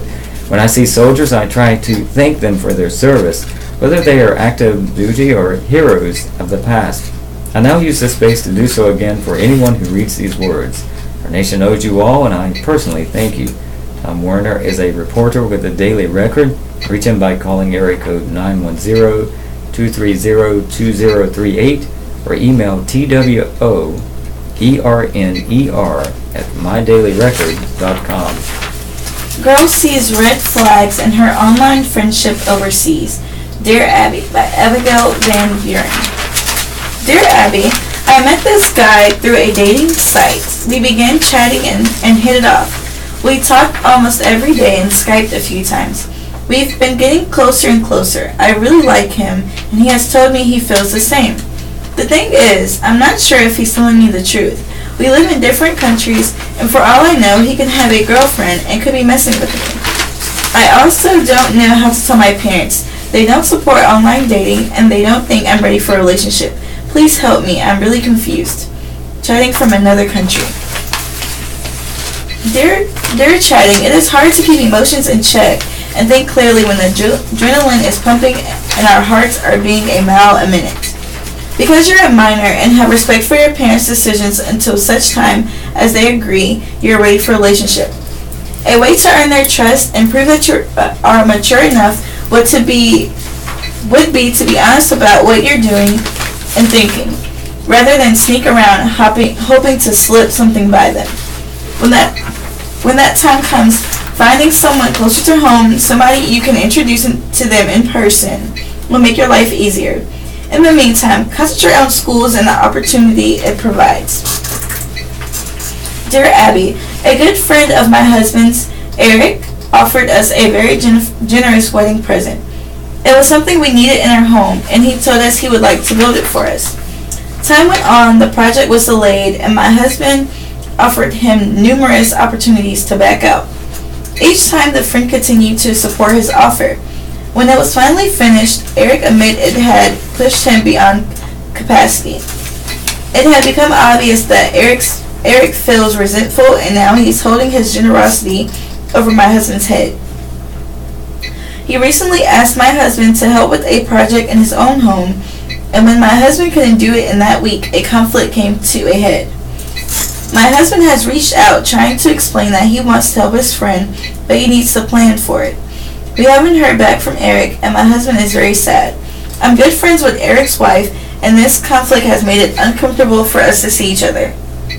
I want to mediate, but it's difficult to objectively step back and see where my husband has wronged and needs to make amends. I Realize that nothing in life is black and white, and I need an unbiased perspective on how we can move forward. Good friends. Dear good friends, I agree that few things in life are black and white, but after reading your letter, I can't see how Eric was wronged. Your husband didn't refuse to help with the project. He just said he couldn't do it unless it was scheduled in advance. I don't know why Eric is nursing a grudge, and neither do you. Not all friendships last forever. That's why, if you are smart, you will refrain from inserting yourself in the middle of this. Girl sees red flags in her online friendship overseas. Dear Abby. Abigail Van Buren. Angier Chamber Spotlight with Shelley Blackman. Join the Angier Chamber of Commerce for Christmas. Christmas on the Square will be held on Thursday, November 30th from 5:30 until 8 p.m. There will be a tree lighting, hay rides, live nativities, refreshments, visits with Santa, and more. The event is free to the public. The annual Angier Christmas Parade will be held on Saturday, December 2nd at 10 a.m. If you would like to reserve a spot in the parade, visit www.angierchamber.org or email angiercc@angierchamber.org for an application. On Saturday morning, December 2nd from 7 until 10 a.m., the Kiwanis Club of Angier will host a pancake sausage breakfast at the Angier Depot. It costs us $6 per plate. Come out for a great breakfast and join us at 10 a.m. for the annual Angier Christmas Parade. The Harnett County Partnership for Children is collecting food donations for the Harnett County Buddy Backpack Program. The Buddy Backpack Program is designed to provide food to children identified by school staff who have little or nothing to eat over the weekend.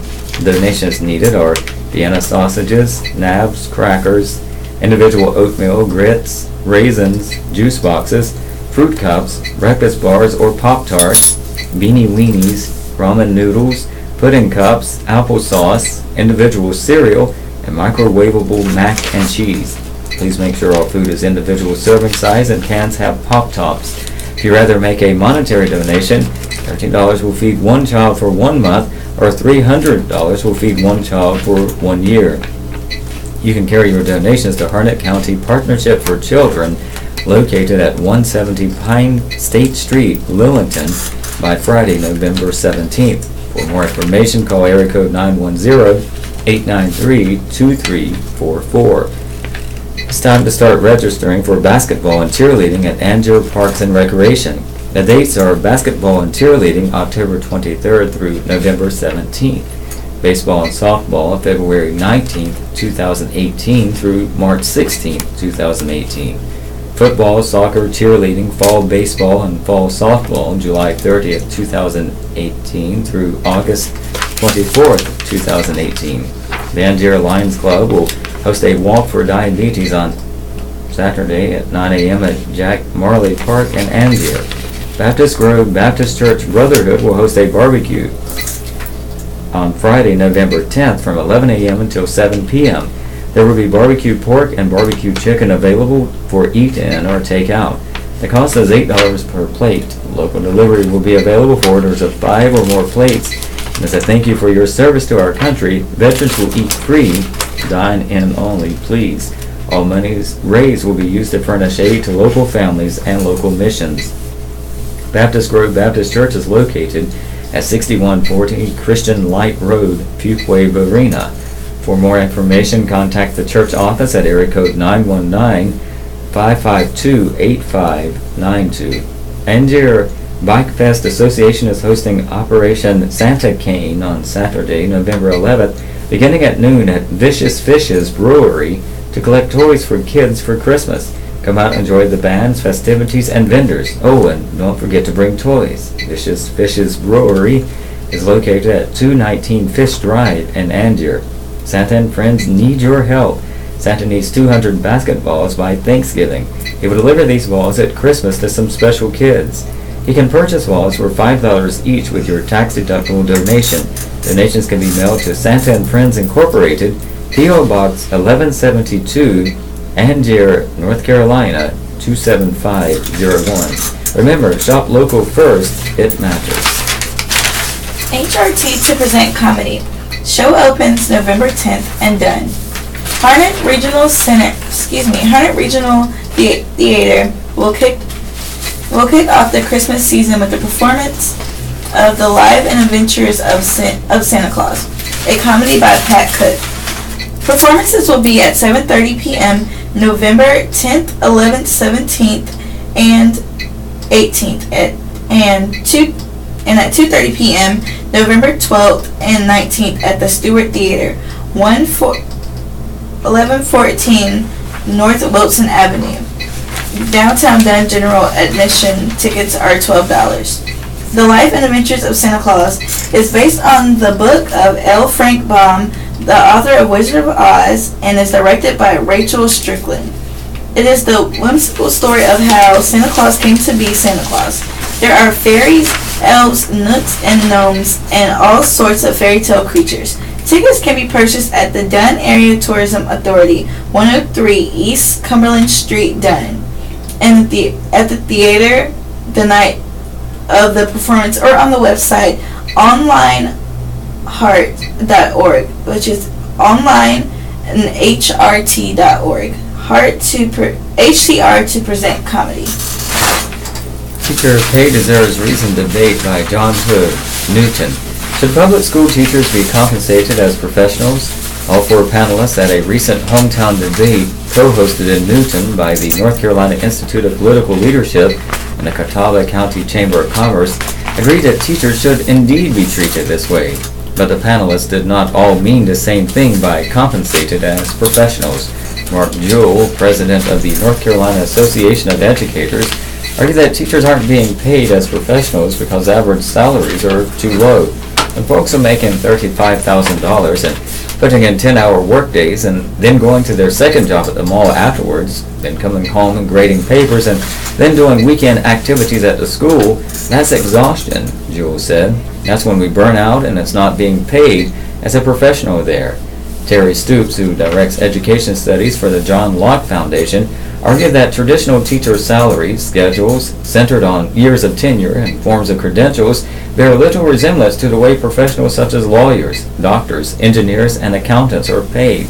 If you're a teacher and performing very well, you might get paid less than the person down the hall just because they've been in the profession longer, Stoops said. It sends a bad signal to those teachers that are in the profession that just because someone has spent longer in a system, they're making more when it's completely disassociated with student performance. Chris Nordstrom, an education policy consultant with the North Carolina Justice Center, argued that some pay differentials made sense to him, such as paying more when teachers take on more duties, teach hard-to-staff subjects, such as calculus, or work in hard-to-staff schools with high concentrations of poor students. But performance pay, when you pay a teacher based on a test, there's not really any evidence as an effective way of paying teachers, Nordstrom said. Representative Craig Horn, a Republican from Union, who chairs both the K-12 education and the Education Appropriations Committees in the State House, agreed that there are many possible ways to vary pay. We certainly don't want to get into a situation, in my opinion, where additional pay is based solely on test outcomes, Horn said. But he argued that student growth measures deserves a place alongside the other forms of differentiated pay that Nordstrom cited, just as other professions employ a combination of consumer demand, extra effort, individual performance, and group performance measures in determining what professionals are paid. My own view is that while no one has yet produced the optimal plan, Horn and Stoops are right about its likely contents. Teachers ought to be able to progress in their profession and make more money by becoming lead teachers, by filling hard-to-staff jobs, by delivering sustained high performance and student growth, and by working in teams within grades perhaps rather than entire schools to produce better than average student growth. Structure and pay around years of experience and degrees awarded was a bad idea. I'm glad North Carolina is moving away from it. Now let's talk more about where it ought to go. John Hood is chairman of the John Locke Foundation and appears on the talk show NC Spin. You can follow him at John Hood NC. Helping victims of domestic abuse. 800 books donated. Johnson County Republican women organized a project in celebration of Literacy Month to give back to the local community. Members of the club collected more than 800 books in just 2 months to donate an in-house library to Harbor House, Johnson County's local shelter for women and children who are fleeing fleeing domestic violence. Several club members sorted and categorized the books by genre and reading level so the books can be shelved in an organized manner. Unfortunately, the sheltered's plans for built-in bookcases fell through, leaving them with no way to house the collection. As an alternative solution, JCRW is in the process of purchasing stackable storage cubes for children's books and a couple of bookcases for adult books. To enable Harbor to receive at least a small portion of the collection, Harbor still hopes to find someone willing to construct the built-in shelves they want and need. So if you, your business or club have an interest in helping make this happen, contact Harbor directly to discuss details. The goals of this project are to ensure residents will have access to a variety of quality reading material during their stay, and to foster in the children a love for reading.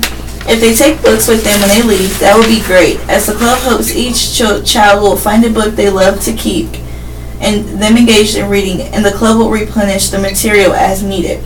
JCRW is local chapter of the National Federation of Republican Women. For more information, email jcrwrocks@gmail.com. That's jcrwrocks@gmail.com.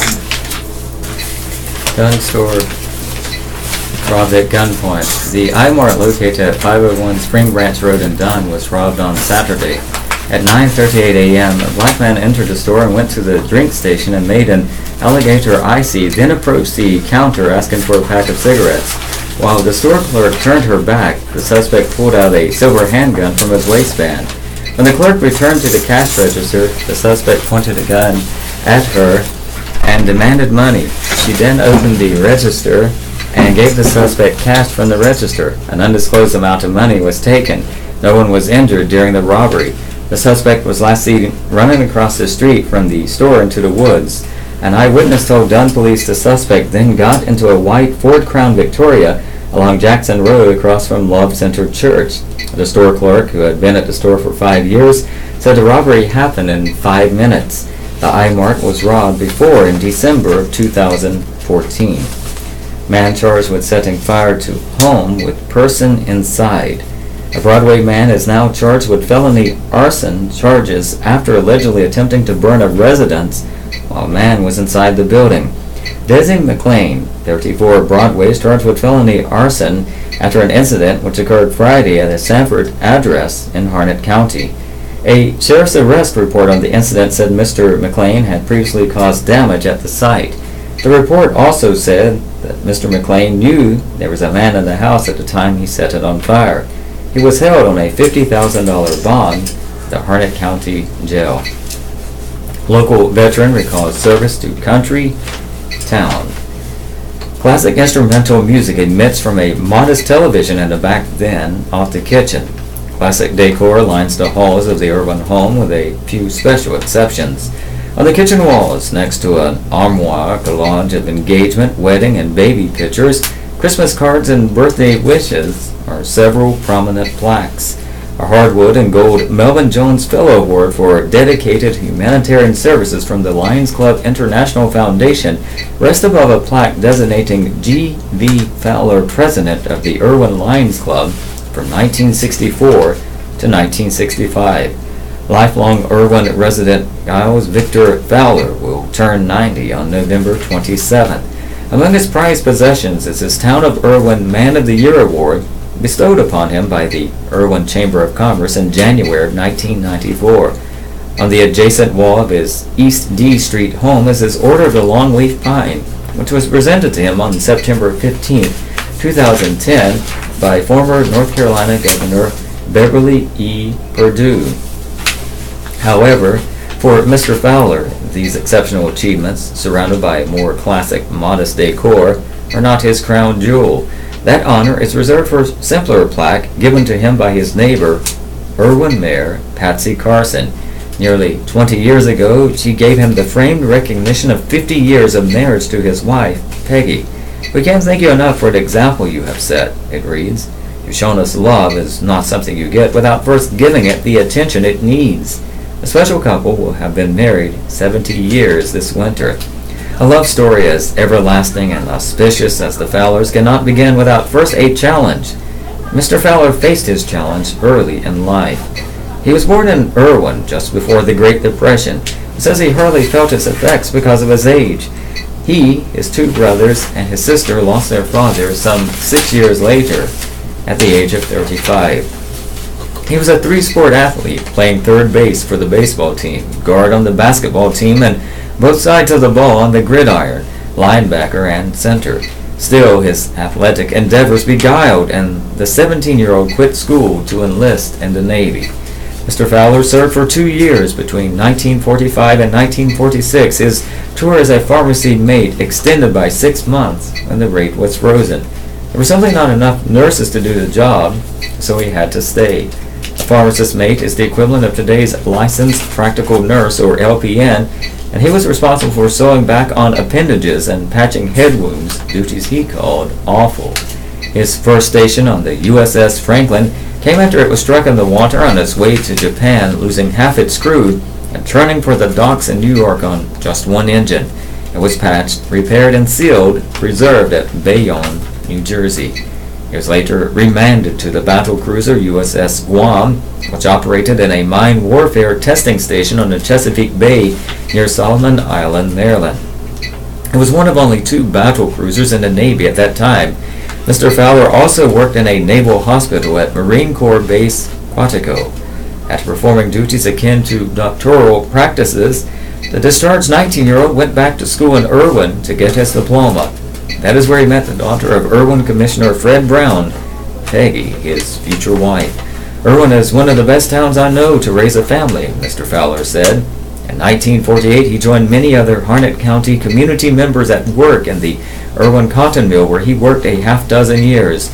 While belaboring in the payroll department, he was called upon to run the town's summer recreation program. He was instrumental in the development of the program, going on to be a charter member of the first recreation program. In the summer, he continued his work with the recreation department, coaching Little League softball and baseball, and eventually being selected for supervisory training to run the summer program. In 1952, he joined Old Hickory, the 30th Infantry Division of the National Guard. Another local man, Captain Ed Wade, headed up guard duty in Dunn and talked Mr. Fowler into going back into service. He underwent some training, ultimately serving as Master Sergeant and leading a platoon for 2 years. Recreation supervision training at the mill didn't pan out. Mr. Fowler garnered interest from Johnson Cotton Company. He was later called for an interview in 1957 and accepted the position of traffic manager. He spent a decade in the role of Johnson Cotton Company's traffic manager, handling deliveries, billing, and shipping at the central warehouse in Dunn. He went on to cotton classing school in Morehead City and came back a qualified cotton merchant. Johnson Cotton Company sold out in 1967, but Mr. Fowler stayed with the buyout company until its liquidation in 1975. I enjoyed my time with Johnson Cotton, he said, calling his boss, Ossie Johnson, one of the best. After the initial buyout, the company went from 12 stores to 112 stores. Stores that featured cotton gins, fertilizer, furniture, groceries, and John Deere dealerships. Mr. Fowler acted as credit supervisor, flying from store location to location in a supervisory capacity. After the liquidation, the Harnett County cotton merchant took over several judgment accounts that the company was going to discard, and I did quite well with those, he said. A short few years later, he began working for Paul Perry at Perry Brothers Auto Service until his retirement on December 31st, 1992. Paul Perry is one of the best bossmen I ever had, he said. He served as secretary and treasurer with the organization. He helped the book Heritage of Harnett get published and helped the Irwin Historical Society and Museum start up. The former Town of Irwin Volunteer Fire Department member, high school and junior college basketball referee, and recreational motorcyclist and a pilot, says his family is next to the Lord. He enjoys church, has attended Irwin United Methodist every week for 19 and a half years, and held every position at Irwin United Methodist except Sunday school teacher. He and his wife Peggy were counselors with the Methodist Youth Fellowship for 6 years, while his two children, Phyllis Dunn and Giles Victor Fowler III, were growing up. His daughter, Mrs. Dunn, holds a postgraduate degree and worked as public relations director for Schindler Elevator Company in Clayton. She has been very involved in the Miss North Carolina pageant, Mr. Fowler said, thanking her for taking care of him and her mother. We don't know about what we would have done without her. She is one good girl.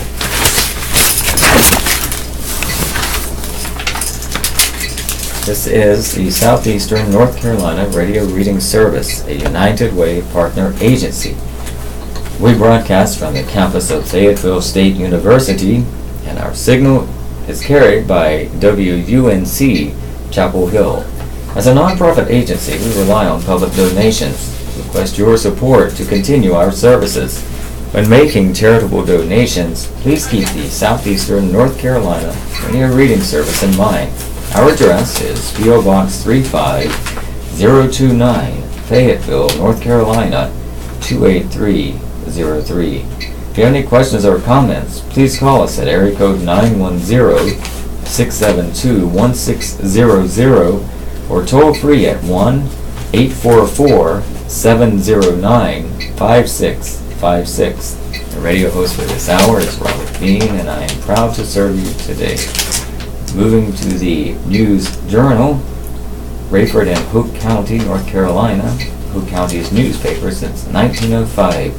This edition is dated Wednesday, November 1st, 2017. Rayford voters go to polls Tuesday. City Council, mayor races on ballot, county races set for 2018. Voters will head to the polls next week to choose their candidates for the Rayford Mayor's office and 2 seats on the City Council. Early voting is open now and concludes Saturday, November 4th. Election Day is Tuesday, November 7th. 3 people are running for 2 available seats on the City Council. Incumbent councilors Charles Allen and Wayne Willis are running against candidate Robert Colson. City Council elections in Rayford are nonpartisan. City Council members serve 4-year terms in office. Incumbent Mayor John K. McNeil is running unopposed for a 4th consecutive 4-year term in office. McNeil was also unopposed in the 2013 municipal election. He previously served a partial 2-year term before being elected to his first full term.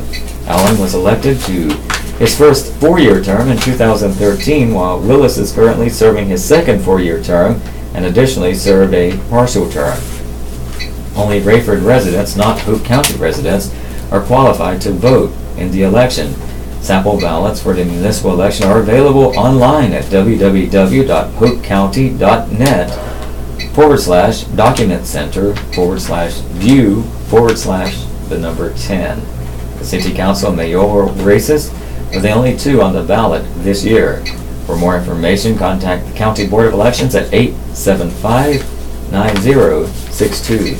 County races in 2018. Next year, we'll see many more local offices up for election, including 3 seats on the Hope County Board of Commissioners, the position of County Sheriff, and 3 seats on the Hope County Board of Education. So far, 3 candidates have announced their intention to run for a seat on the Hope County Board of Commissioners. Joseph Austin, Terrell Samuel McMillan, and Graham Poole have all filed notice of intention to run for office with the Board of Elections. Filing notice is not the same thing as filing to run. The filing period will not be open until next year, but giving notice allows candidates to begin working on their campaigns in advance. The 3 commission seats currently occupied by incumbents Vice Chairman Harry Sutherland, Tony Hunt, and Alan Thomas are up for re-election.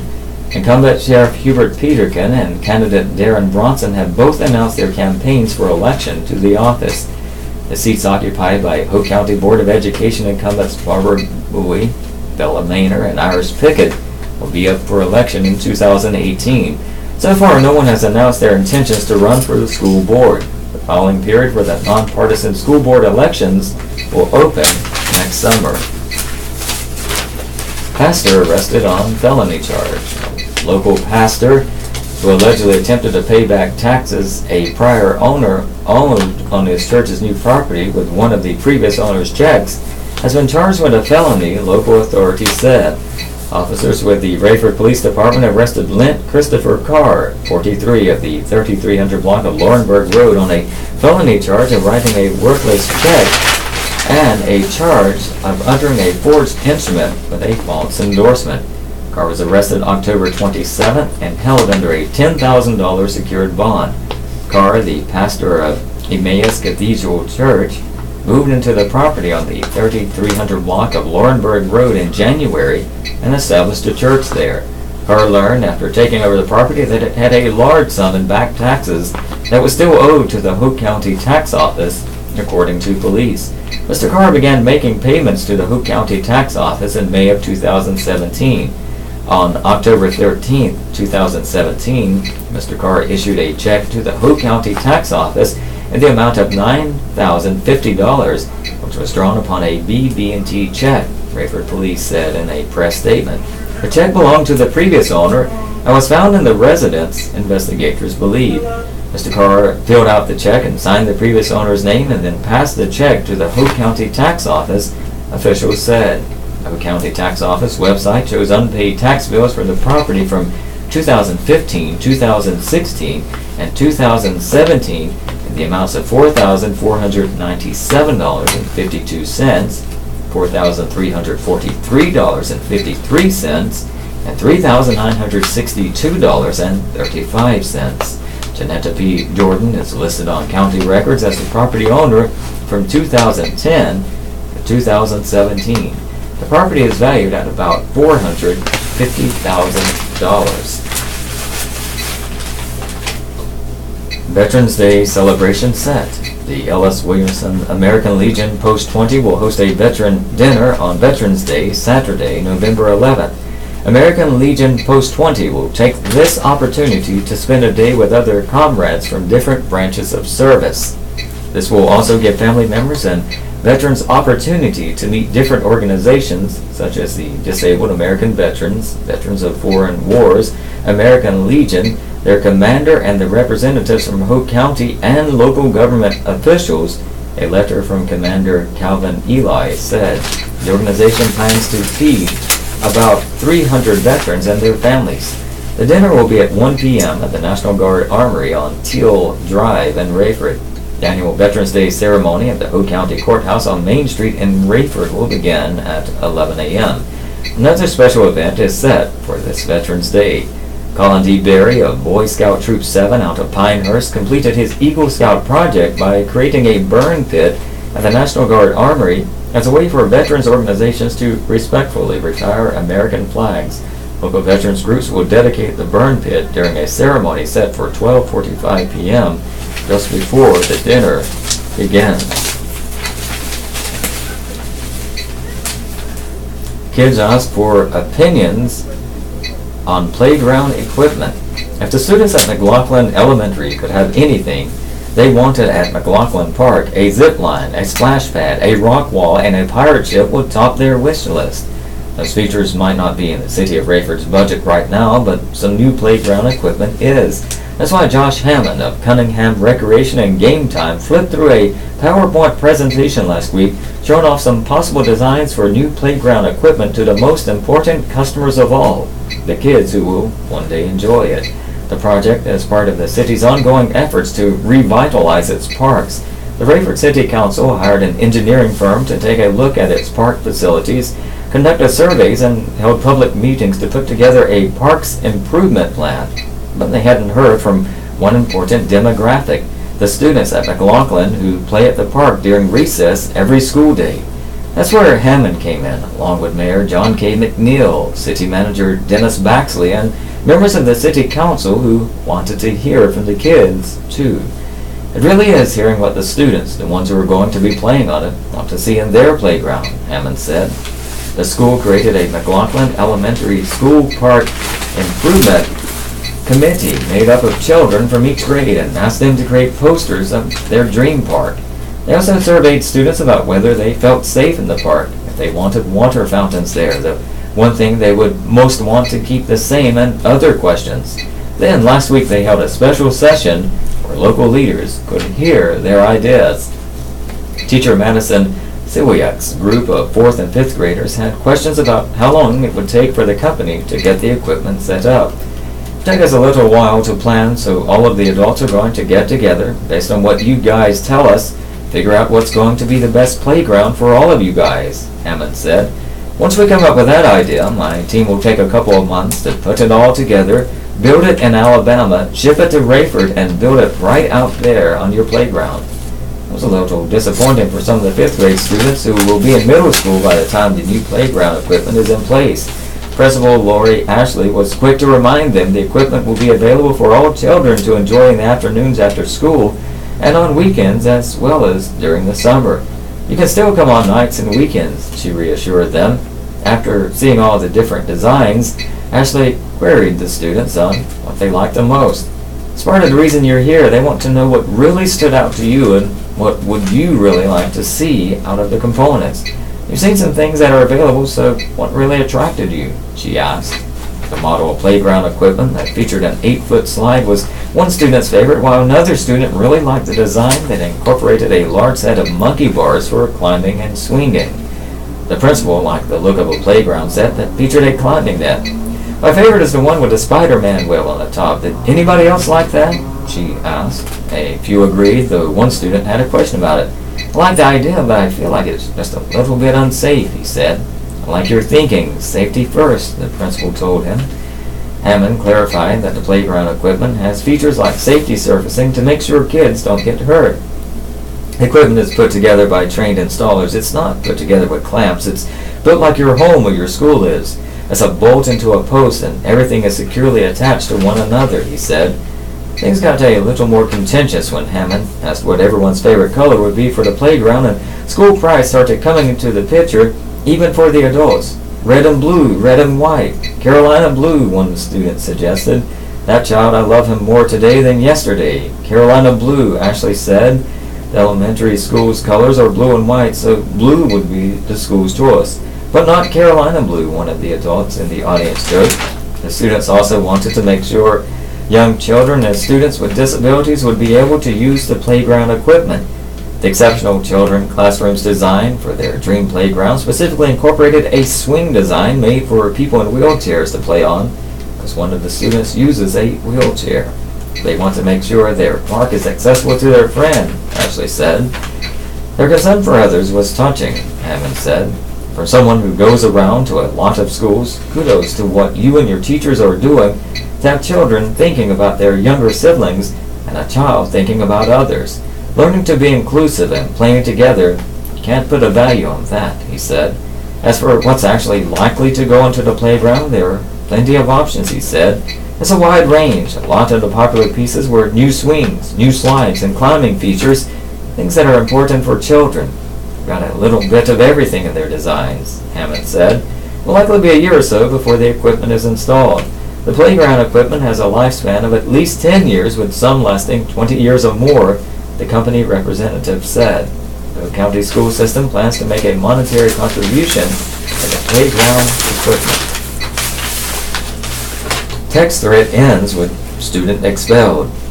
A Hope County High School transfer student with a felony charge pending against them in another state was expelled last week after making a threat about bringing a gun to school and shooting people, according to Principal Roger Edwards. A student who transferred into the school from Florida in the spring allegedly sent a text message to another student saying that he planned to bring a gun to school last Friday.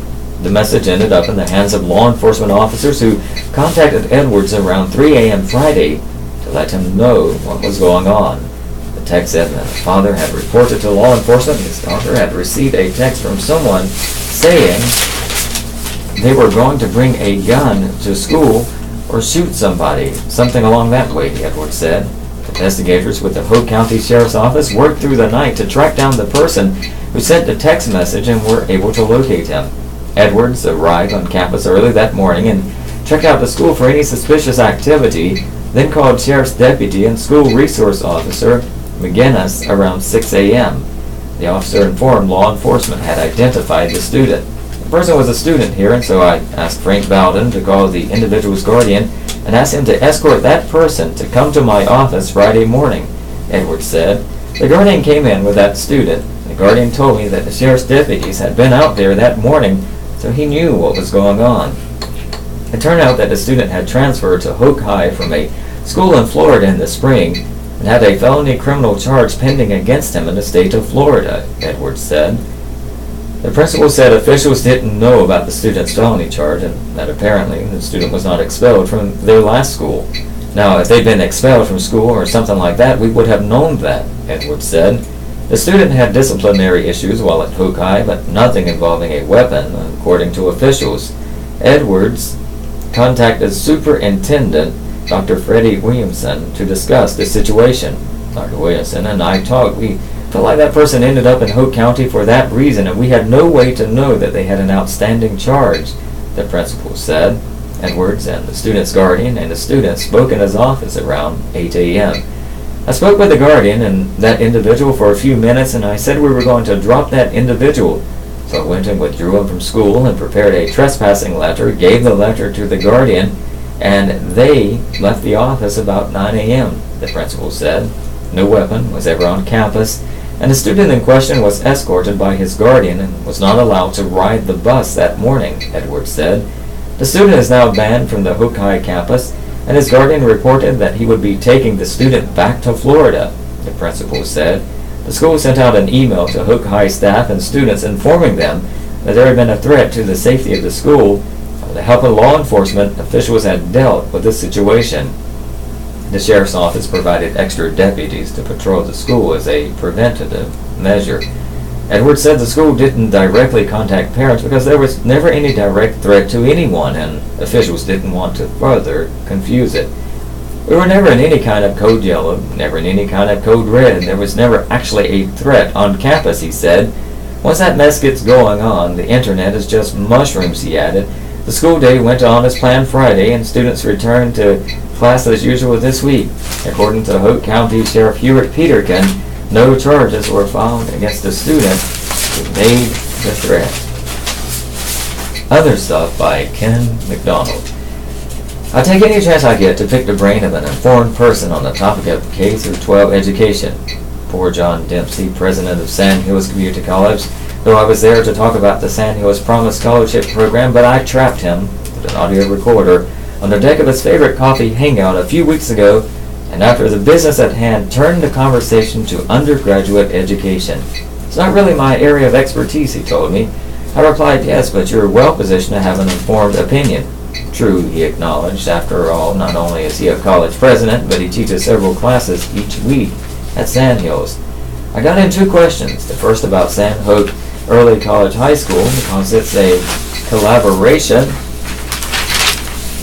between Sand Hills and Hope County schools, and because I believed as a small school with intensive instruction, plenty of resources, and selective admission, it's one of the coolest and most effective things to come down the pike, as I so ineptly put it, which really wasn't a question, but he jumped right in.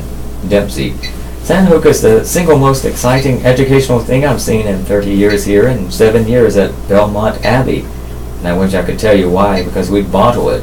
Some of it has to do with Principal Colleen Pegram, who can be a pain in the you-know-what, but she is great with those students. They do what she tells them to, but even before Colleen, when we had Lakeisha Rice, who was, I don't think, probably as forceful with the kids as Colleen is, because Colleen is a lot more forceful with me than Lakeisha was. Whether it's the fact that they feel special because they're selected to go, it's really not selected exactly. Whether it's the fact that it's sort of a public charter school in a way, whether it's, I've interacted on a couple of occasions with the teachers down there, and if they are nearly as good in the classroom as they are sitting around having a Coke with you, they're sharp cookies. I do think Bill Gates is right. Our high schools are the wrong size, and that's what's behind this, That's what's behind this. Me. Is public education under attack? Dempsey. I do think it's under attack, and I'd say half of it is ideological and half of it is performance-based. I mean, in some ways, it deserves to be under attack, When I was a kid, going back to the age of wooden chips, every town had its high school, okay? Somebody came up with the brilliant idea about 1960 that we really could be more efficient if we consolidated our high schools and we had, instead of having Jonesboro, Smithboro, Wilsonboro, and Johnsonboro high schools, we had the Will John Area High School. Now in the south it was complicated by desegregation, but in the north it was done in the name of, I don't know, efficiency or something. I would say that's the single worst public policy decision ever made in American history. Smaller is better when it comes to education. It's better in a class, it's better in a school, it's better in a school district. The public's reluctance to pay taxes creates this drive for perceived efficiencies, and in the name of perceived efficiencies, we consolidated everything. The same thing is going on in the community college system. I always stand up at these meetings and I say, why don't we consolidate everything? It seemed to work so well in the Soviet Union. And everybody goes, well, what do you mean? Well, that was their motto. Consolidate everything. Make it more efficient. Efficiency and effectiveness are not the same thing. But the clock is not only ticking, the alarm has already gone off.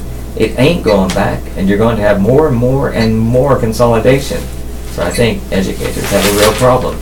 Some of it is we live in an age that is politically fraught. We live in an age when people have very different views, and I do think some people feel that the schools are now godless, sex machines, or whatever, and other people are fighting to say, let's maintain public education.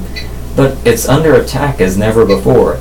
Part of it is this ideological thing, but the other part of it is non-performance. My kids come from all over North Carolina. Some are homeschooled. A lot are homeschooled, which is another way of saying that public schools aren't working. And a lot are charter schools. And a lot come from the 4 public schools that we primarily serve: Hope, North Moore, Pinecrest, and Union Pine. By and large, the homeschooled kids are the sharpest ones in the class.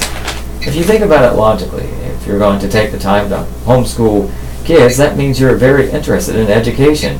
And the chances are, if you're very interested in education, your kid's going to be, well, at the dinner table, you're not going to eat with your fingers, you're going to use knives and forks. I would say that the public schools aren't doing as good a job as they did 1,000 years ago when I was in public school. Some of it is ideological, some of it is based on the notion that it's a godless morass of immorality, but some of it's performance-based. I'd say it's about half and half.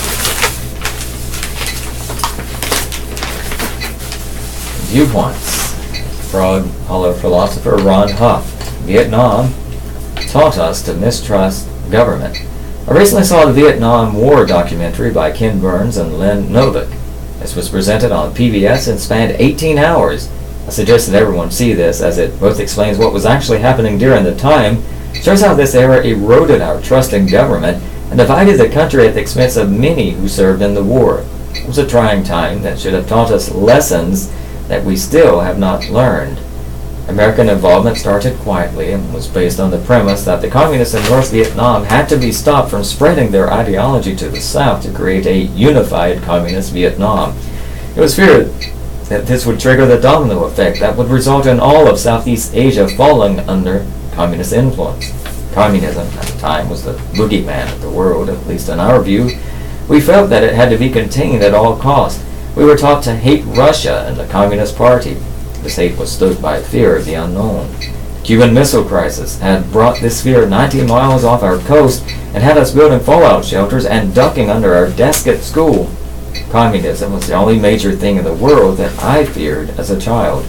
The conflict in Vietnam quietly escalated into the monster that eventually claimed 56,000 American lives, 3 million Vietnamese lives, left many combatants scarred physically and psychologically, and shook our country to its very core.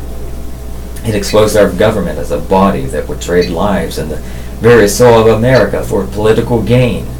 In the 60s, as the conflict escalated, it began to hit home as television brought the war into our living rooms. While we were followed the official line of propaganda that our government was selling us, it began to be obvious that there was more going on than we were being told, and there seemed to be no way to win the war. Massacres of civilians by our troops and the defoliation of the country with Agent Orange provided horrible visual scenes that could not be denied. I was a teenager, scared of the prospect of going over there. I shuddered at the thought of slugging through the jungle, stepping on booby traps, and being subjected to ambushes at every turn. The draft was instated when troop needs could not be filled with volunteers, and it loomed over every young man in the country. Once draft age was reached, boys were literally in danger of death for a cause that was becoming increasingly unpopular and futile. In retrospect, the educational draft deferments were just another way for the haves to push the sacrifice onto the have-nots. I was, however, more than willing to take my deferment. It may have been simple self-preservation, but I was convinced that the war was immoral. The documentary clearly shows that this was indeed the case, but we had no idea the depth of the deception and the extent of the nonsense that was going on. The documentary showed me for the first time the insanity of the charade as lives were sacrificed simply to claim victories that were meaningless. The decisions made by our presidents were frighteningly callous.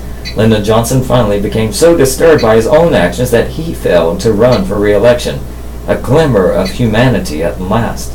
Protests began to break out, resulting in the killing at Kent State and further divisions between those who felt the war was unconscionable and those who believed in America, right or wrong.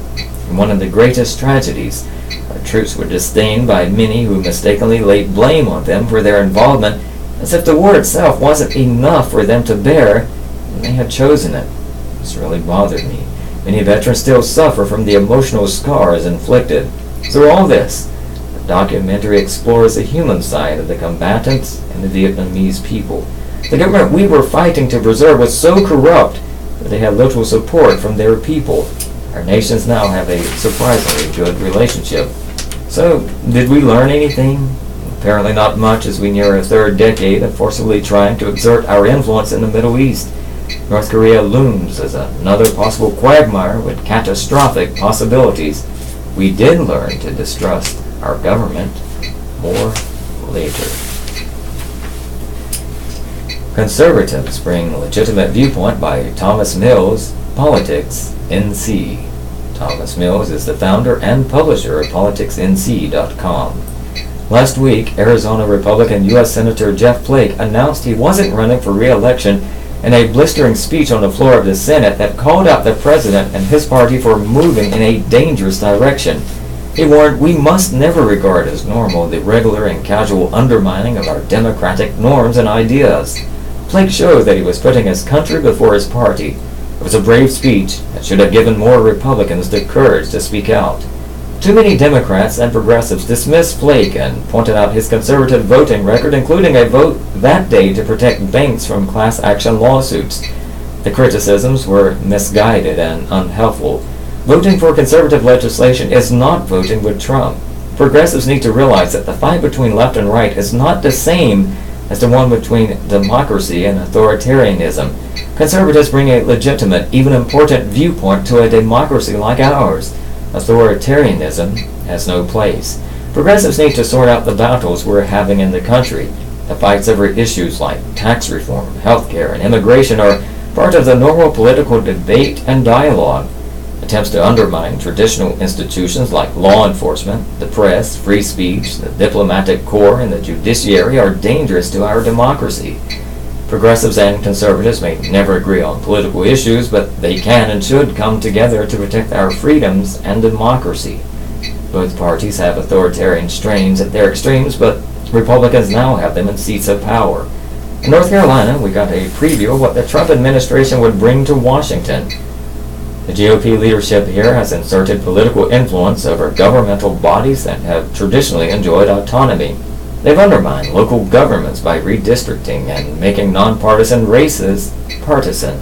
They're now doing the same to the judiciary. The so-called micromanaging at the UNC Board of Governors is just another strain of big government conservatives asserting their authoritarian power over the university system.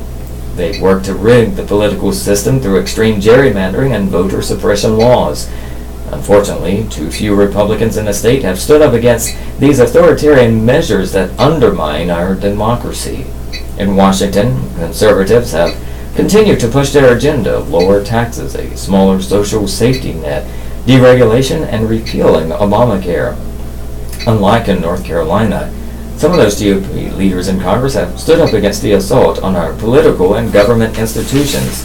Instead of making excuses, they pointed out and condemned the tactics and language that, as Flake says, indulge our worst impulses, turning against ourselves, glorying in the things which divide us, and calling fake things true and true things fake. In addition to the elected leaders like Flake, John McCain, Bob Corker, and Ben Sasse, traditional conservative media has called out the president and the GOP. People like David Frum and Bill Kristol bemoan the degradation of the Republican Party, but are fearless in criticizing the authoritarian and anti-democratic impulses driving the Trumpists and Bannonites supporting the current administration. They're still conservative and they still disagree with progressives on many, if not most, policies, but they recognize the authoritarianism when they see it and understand its threat to our country. Liberals and progressives should embrace the Republicans and conservatives with the fortitude to call out their own party. It takes courage and character that Democrats should hope that they can find if those authoritarian impulses ever become too strong in their own party. Today, the most important fight in this country is not about health care or taxes. It's about liberal democracy and whether those principles can withstand the rise of nativist populism. In that fight, progressives and conservatives need to unite. This is the Southeastern North Carolina Radio Reading Service, a United Way partner agency. We broadcast from the campus of Fayetteville State University, and our signal is carried by WUNC Chapel Hill. As a nonprofit agency, we rely on public donations. Request your support to continue our services. When making charitable donations, please keep the Southeastern North Carolina Radio Reading Service in mind. Our address is P.O. Box 35029, Fayetteville, North Carolina 28303. If you have any questions or comments, please call us at area code 910-672-1600 or toll free at 1-844-709-5656. Radio host for this hour is Robert Bean, and I am proud to serve you today. One-on-one with D.G. Martin, new political party and option. The bottom has fallen out of the Republican Party. So wrote Fort Worth's Star-Telegram columnist Cynthia Allen last week. Well, she continued, not the bottom exactly, more like the middle. She was writing about Texas, where the far right-wingers are driving moderates out of the party. So-called Republican moderates have been living on borrowed time. They are vestiges of an era when compromise was a hallmark of good policy making. She had harsher words for Texas Democrats who, she said, drove out every member of their party who didn't adopt the agenda of the far left. If Allen lived in North Carolina, she might say the same things about both of our major parties. They're forcing out the moderates who are uncomfortable with their party's unwillingness to accommodate compromise and less strident approaches. It's a sad state of affairs, Allen says. We need the middle. About divisiveness within two parties nationwide, the Pew Research Center last week issued a report that confirmed major challenges for the political middle. Nearly a year after Donald Trump was elected president, the report begins, the Republican coalition is deeply divided on such major issues as immigration, America's role in the world, and the fundamental fairness of the U.S. economic system. Democrats have a shade different stage of divisiveness. The Democratic coalition is largely united in staunch opposition to President Trump. Yet while Trump's election has triggered a wave of political activism within the party's sizable liberal bloc, the liberals' sky-high political energy is not nearly as evident among other segments in the Democratic base. And Democrats also are internally divided over U.S. global involvement, as well as some religious and social issues. The Pew Report helps explain the power of the extremes in each party. Core conservative Republicans on the right and solid liberal Democrats on the left make up an even larger share of their partisan coalitions when political engagement is factored in. While core conservatives make up about a third of Republicans and Republican-leaning independents overall, 31%, they constitute a larger proportion of politically engaged Republicans, 43%. Similarly, the Pew Report says solid liberals constitute by far the largest proportion of politically engaged Democrats and Democratic-leaning independents. Solid liberals make up a third of all Democrats and Democratic leaners, but close to half, 48%, of politically engaged Democrats. Thanks to their more active participation, far-right Republicans and far-left Democrats have moved their parties away from the middle and toward the fringes. Office holders in the middle of the Republican Party face competition from Steve Brannon's support network and others on the fringe. One of them, moderate Texas House Speaker Joe Strauss, announced his retirement earlier this month, as did U.S. Senators Bob Corker of Tennessee and Jeff Flake of Arizona.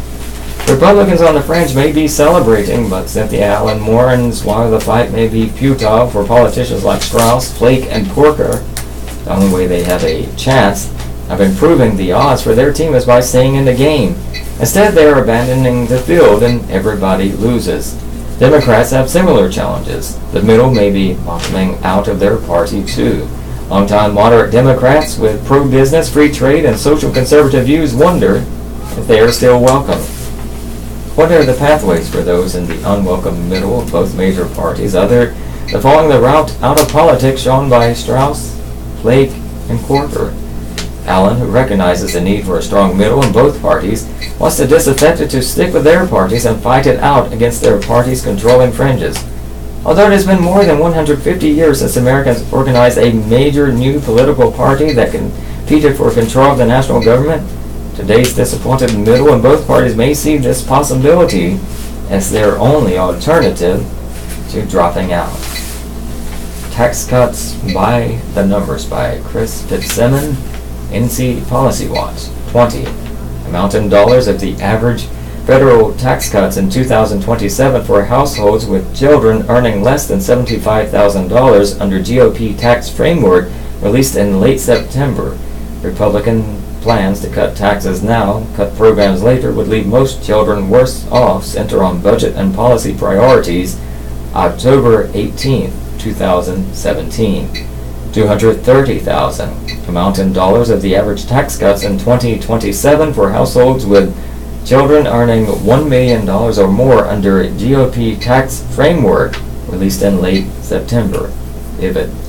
47. Percentage of Medicaid funding that the budget proposed by President Trump would cut in 2027. 34 million. Number of children who receive health care coverage through Medicaid. 6 million.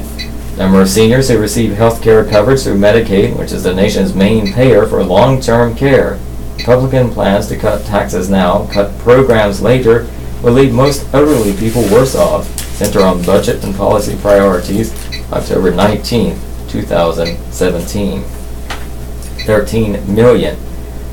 Number of non-elderly Americans with disabilities, including 2 million children who receive health coverage through Medicaid. Republican plans to cut taxes now and cut programs later would hurt people with disabilities. Center on budget and policy priorities. October 18, 2017. 140 billion. Amount in dollars the Trump and House budgets would cut SNAP, formerly known as food stamps, over the next 10 years, according to Republican plans to cut taxes now and cut programs later would threaten food assistance through SNAP. Center on budget and policy priorities. October 18, 2017. 20 million. Number of children who live in households that receive food assistance from SNAP. 170,000. Number of fewer children who would be served by Head Start in 2027 under the Senate budget plan. Republican plans to cut taxes now, cut programs later would leave most children worse off. Center on budget and policy priorities. October 18, 2017.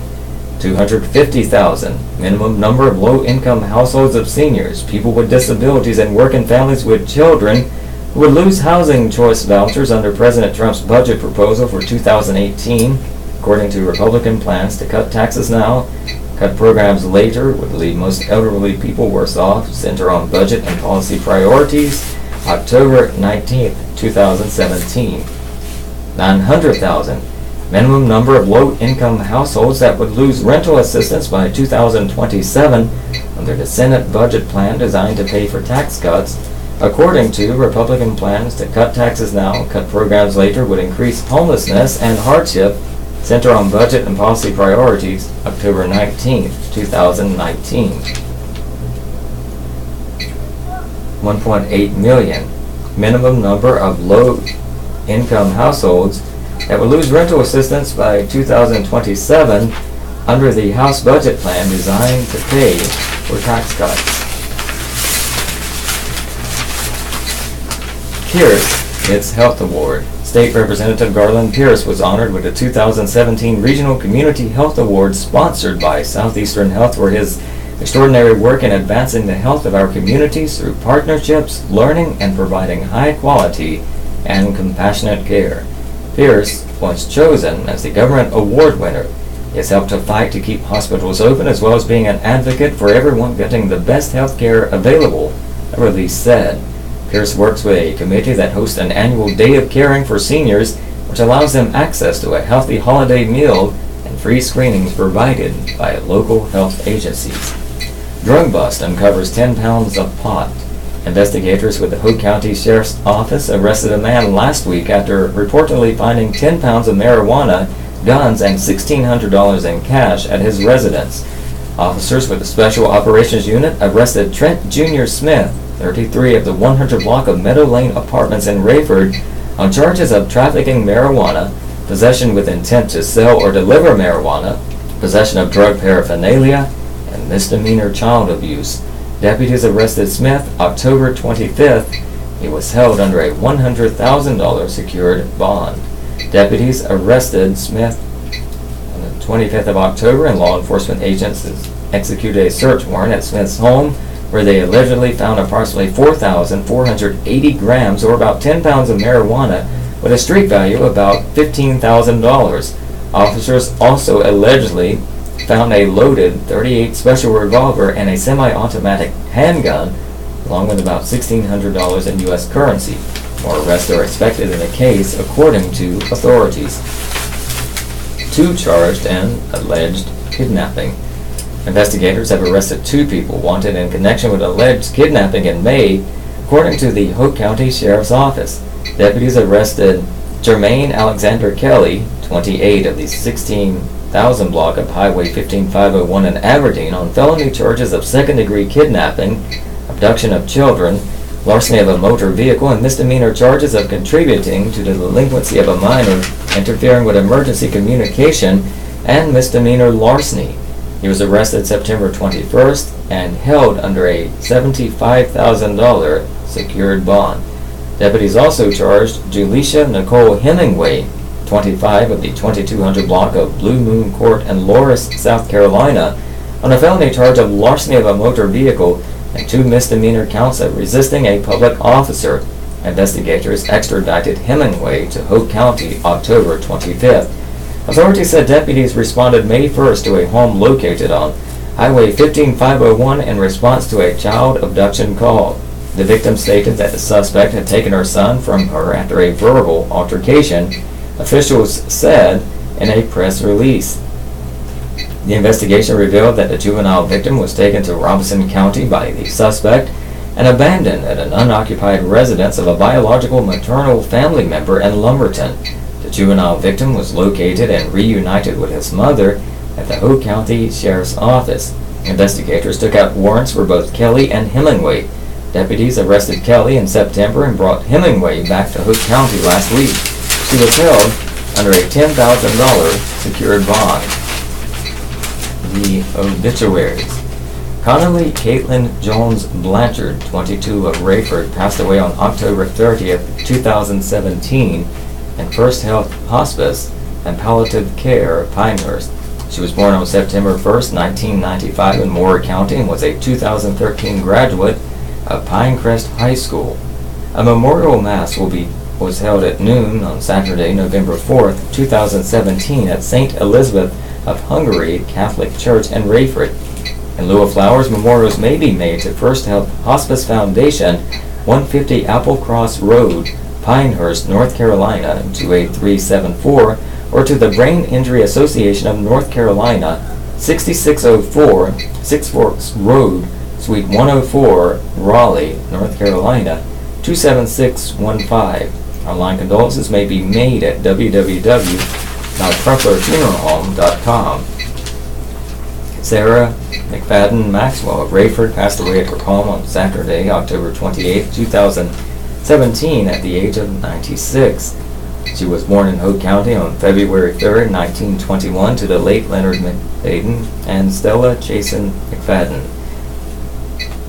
She was preceded in death by her husband, Henry C. Maxwell. She was a member of Rayford United Methodist Church and was employed with the Bank of Rayford, which is now BB&T, before she retired. The funeral was held at 3 p.m. Monday, October 30th, 2017, at Rayford United Methodist Church with the Reverend Brian Wingo officiating. Burial was in Rayford Cemetery. Below flowers, memorials may be made to Rayford United Methodist Church, 308 Main Street, Rayford, North Carolina, 28376. James Irvin Cummings of Parkton passed away on Friday, October 27, 2017, at the age of 65. He was born in Robeson County on June 3, 1952, to the late A.C. Cummings and Mary Jane Jones Cummings.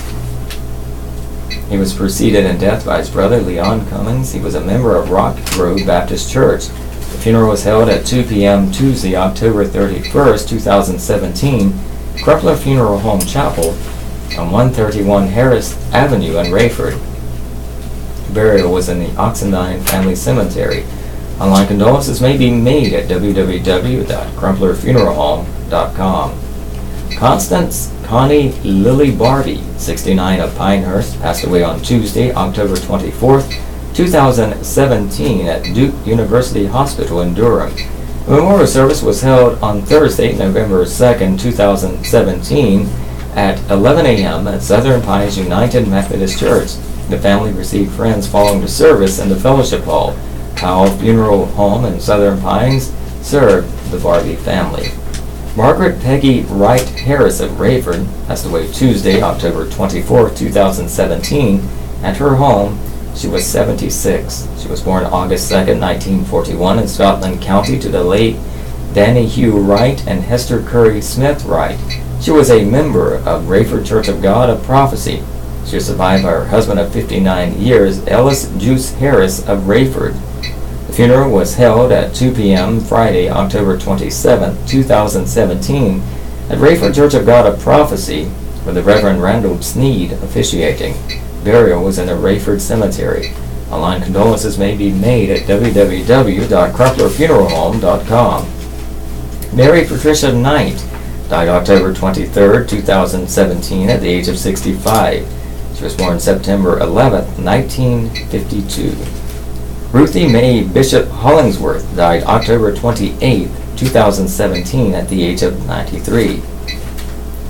A viewing was held Friday, November 3rd from 1 to 7 p.m. at Buoy Funeral Home Chapel.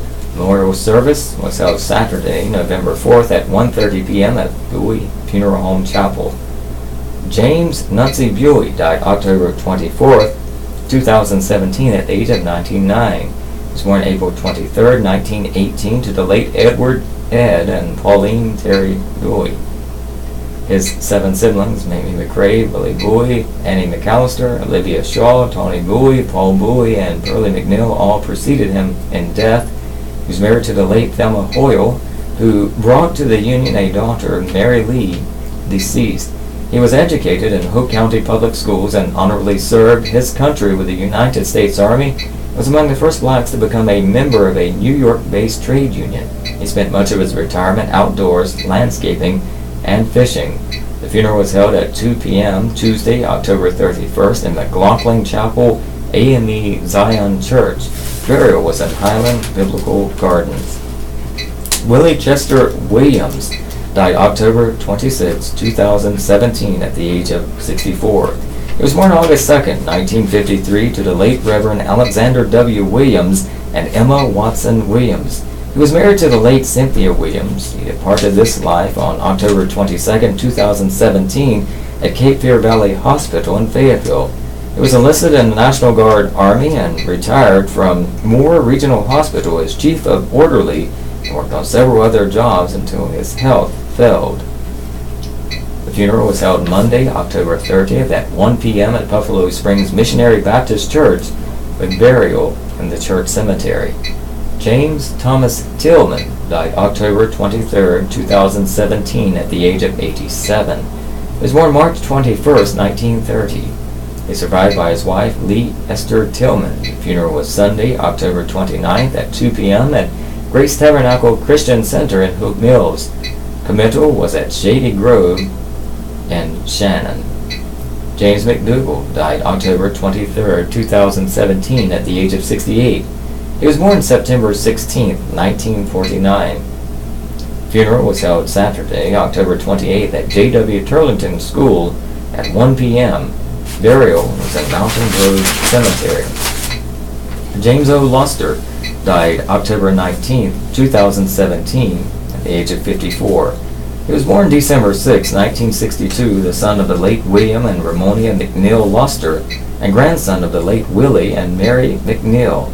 The funeral was held Saturday, October 28th at 10 a.m. at Buey Funeral Home Chapel with burial in the community cemetery.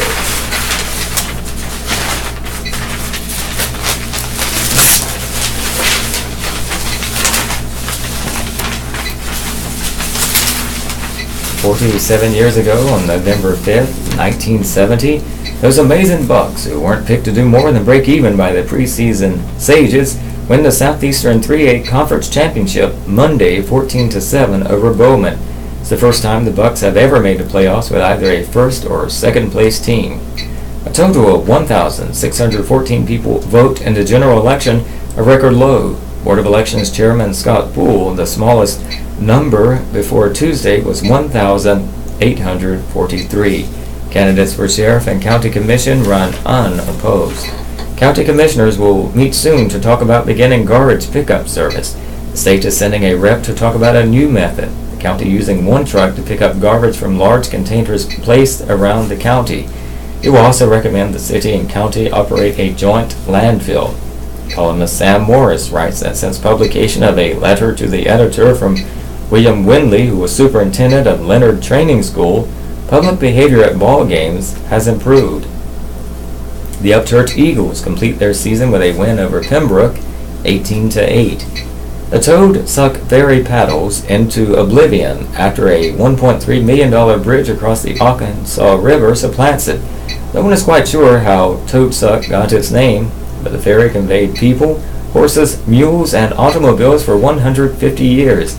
Meanwhile, in Turkey Neck Bend, Kentucky residents have pressured the government to buy a private ferry and operate it round the clock. It's been closing at night, forcing residents to detour 50 miles to cross the Cumberland River. Anyone here who gets real sick at night just figures he's gonna die, says one farmer. The harbinger of winter, the robin redbreast, is on the wing, flying south. For Guatemalans, the first robin can be as sure a sign of winter, and it is of spring here. Thousands of species of birds are migrating.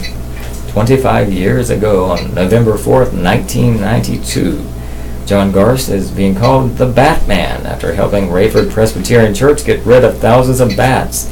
Garst has been trying to figure out how to win against the bats, and after talking to many experts on the creatures, but none on their removal, has installed large nets around the top of the church to keep the bats from coming back inside. The nets have holes large enough for them to leave the building, but disrupts the bats' navigation abilities. Organizer Kay Thomas is again looking for help for the Share Your Christmas program.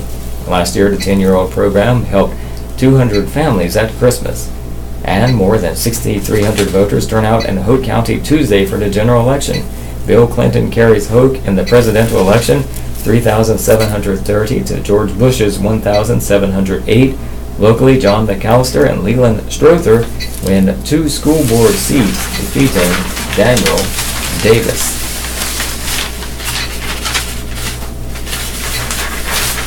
Sports, Matt Lawson makes it 2 in a row in Sharp Mini Late Models. The Sharp Mini Late Models made their second trip to Rockfish Speedway last Saturday night in a $500 to win 20-lap feature. Matt Lawson from South Carolina took home his second win in his many trips to Rockfish Speedway. During the 20-lap feature, Renee Kasmer of Guyton, Georgia took a wild ride and flipped his car. However, he continued in the race. The Sharp Mini Late Models are scaled-down versions of the Dirt Late Model series powered by 600cc 4-stroke motorcycle engines with full bodies on them. The Stars Mod Light series also made the weekend possible with great racing action and their $500 to win main event. Doug Stanley out of Ohio took home first place, and the highest finishing local driver was Donovan Jackson out of Fayetteville.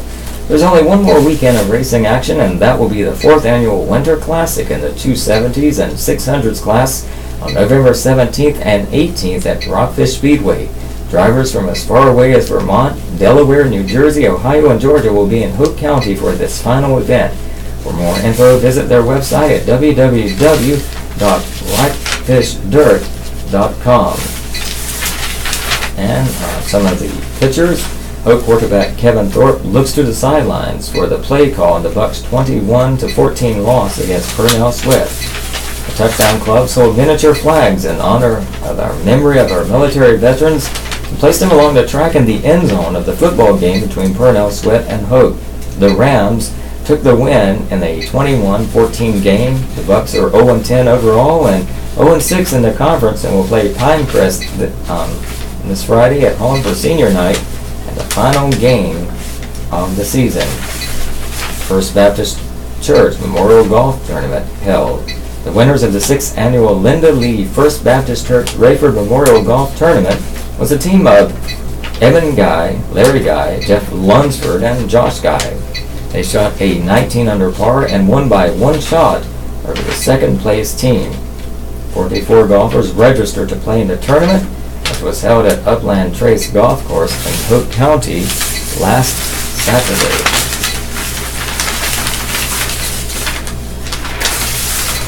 Rockfish Halloween. There were participants in a costume contest held at the Trunk or Treat event in Rockfish Saturday by the Rockfish Community Board and Rockfish Chamber of Commerce. And those participating were Gregory Lavelle, Chrissy Small, Vicki Edwards, Murray, Zach Kober, Ken Gregory, Don Kober, and Freddie Krueger. His real identity is unknown. Community calendar. November 8th, Parks and Recreation hosts Senior Bingo in the library. This event will be from 10 a.m. to 12 p.m. with prizes and refreshments. Call area code 910-875-4035 for more information. And November 7th and December 5th, Coffee with Cops will be held at parties at 4 p.m. November 10th and 11th, Full Effect Gospel Ministries presents a Bomb 2 production, You Call Me Ugly. Gospel stage play written and directed by Cynthia McInnes. Special guest performance by the hilarious Tamara Whitted. This event will be held at J.W. Turlington Auditorium on 116 West Prospect Avenue in Rayford. Ticket prices are $40 per person. Tickets are available online at www.effect900.com, www.effect900.com, or in person at 1284 Fayetteville Road, Rayford. Call area code 910-875-6623 today and reserve your discounted tickets. November 15th, the next regular meeting of the Hope County Juvenile Crime Prevention Council will be at 1 p.m. in the conference room of the Department of Juvenile Justice Building on 127 West Elwood Avenue in Rayford. The public is invited to attend. Lunch will be served.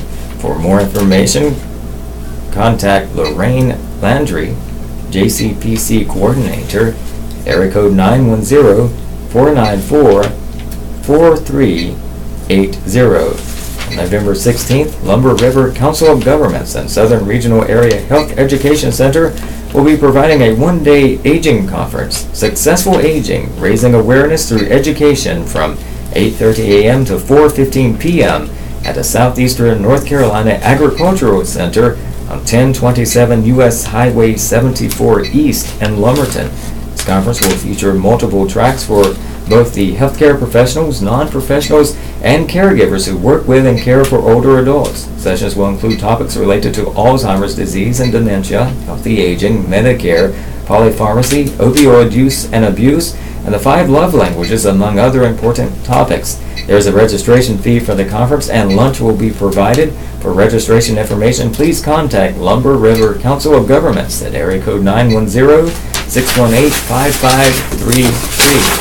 And this concludes our reading of the Rayford News Journal and the Dunn Daily. Your radio host has been Robert Dean. For our radio listeners, we will now join the Raleigh Network for additional programming. Thank you for tuning us in. Have a wonderful day.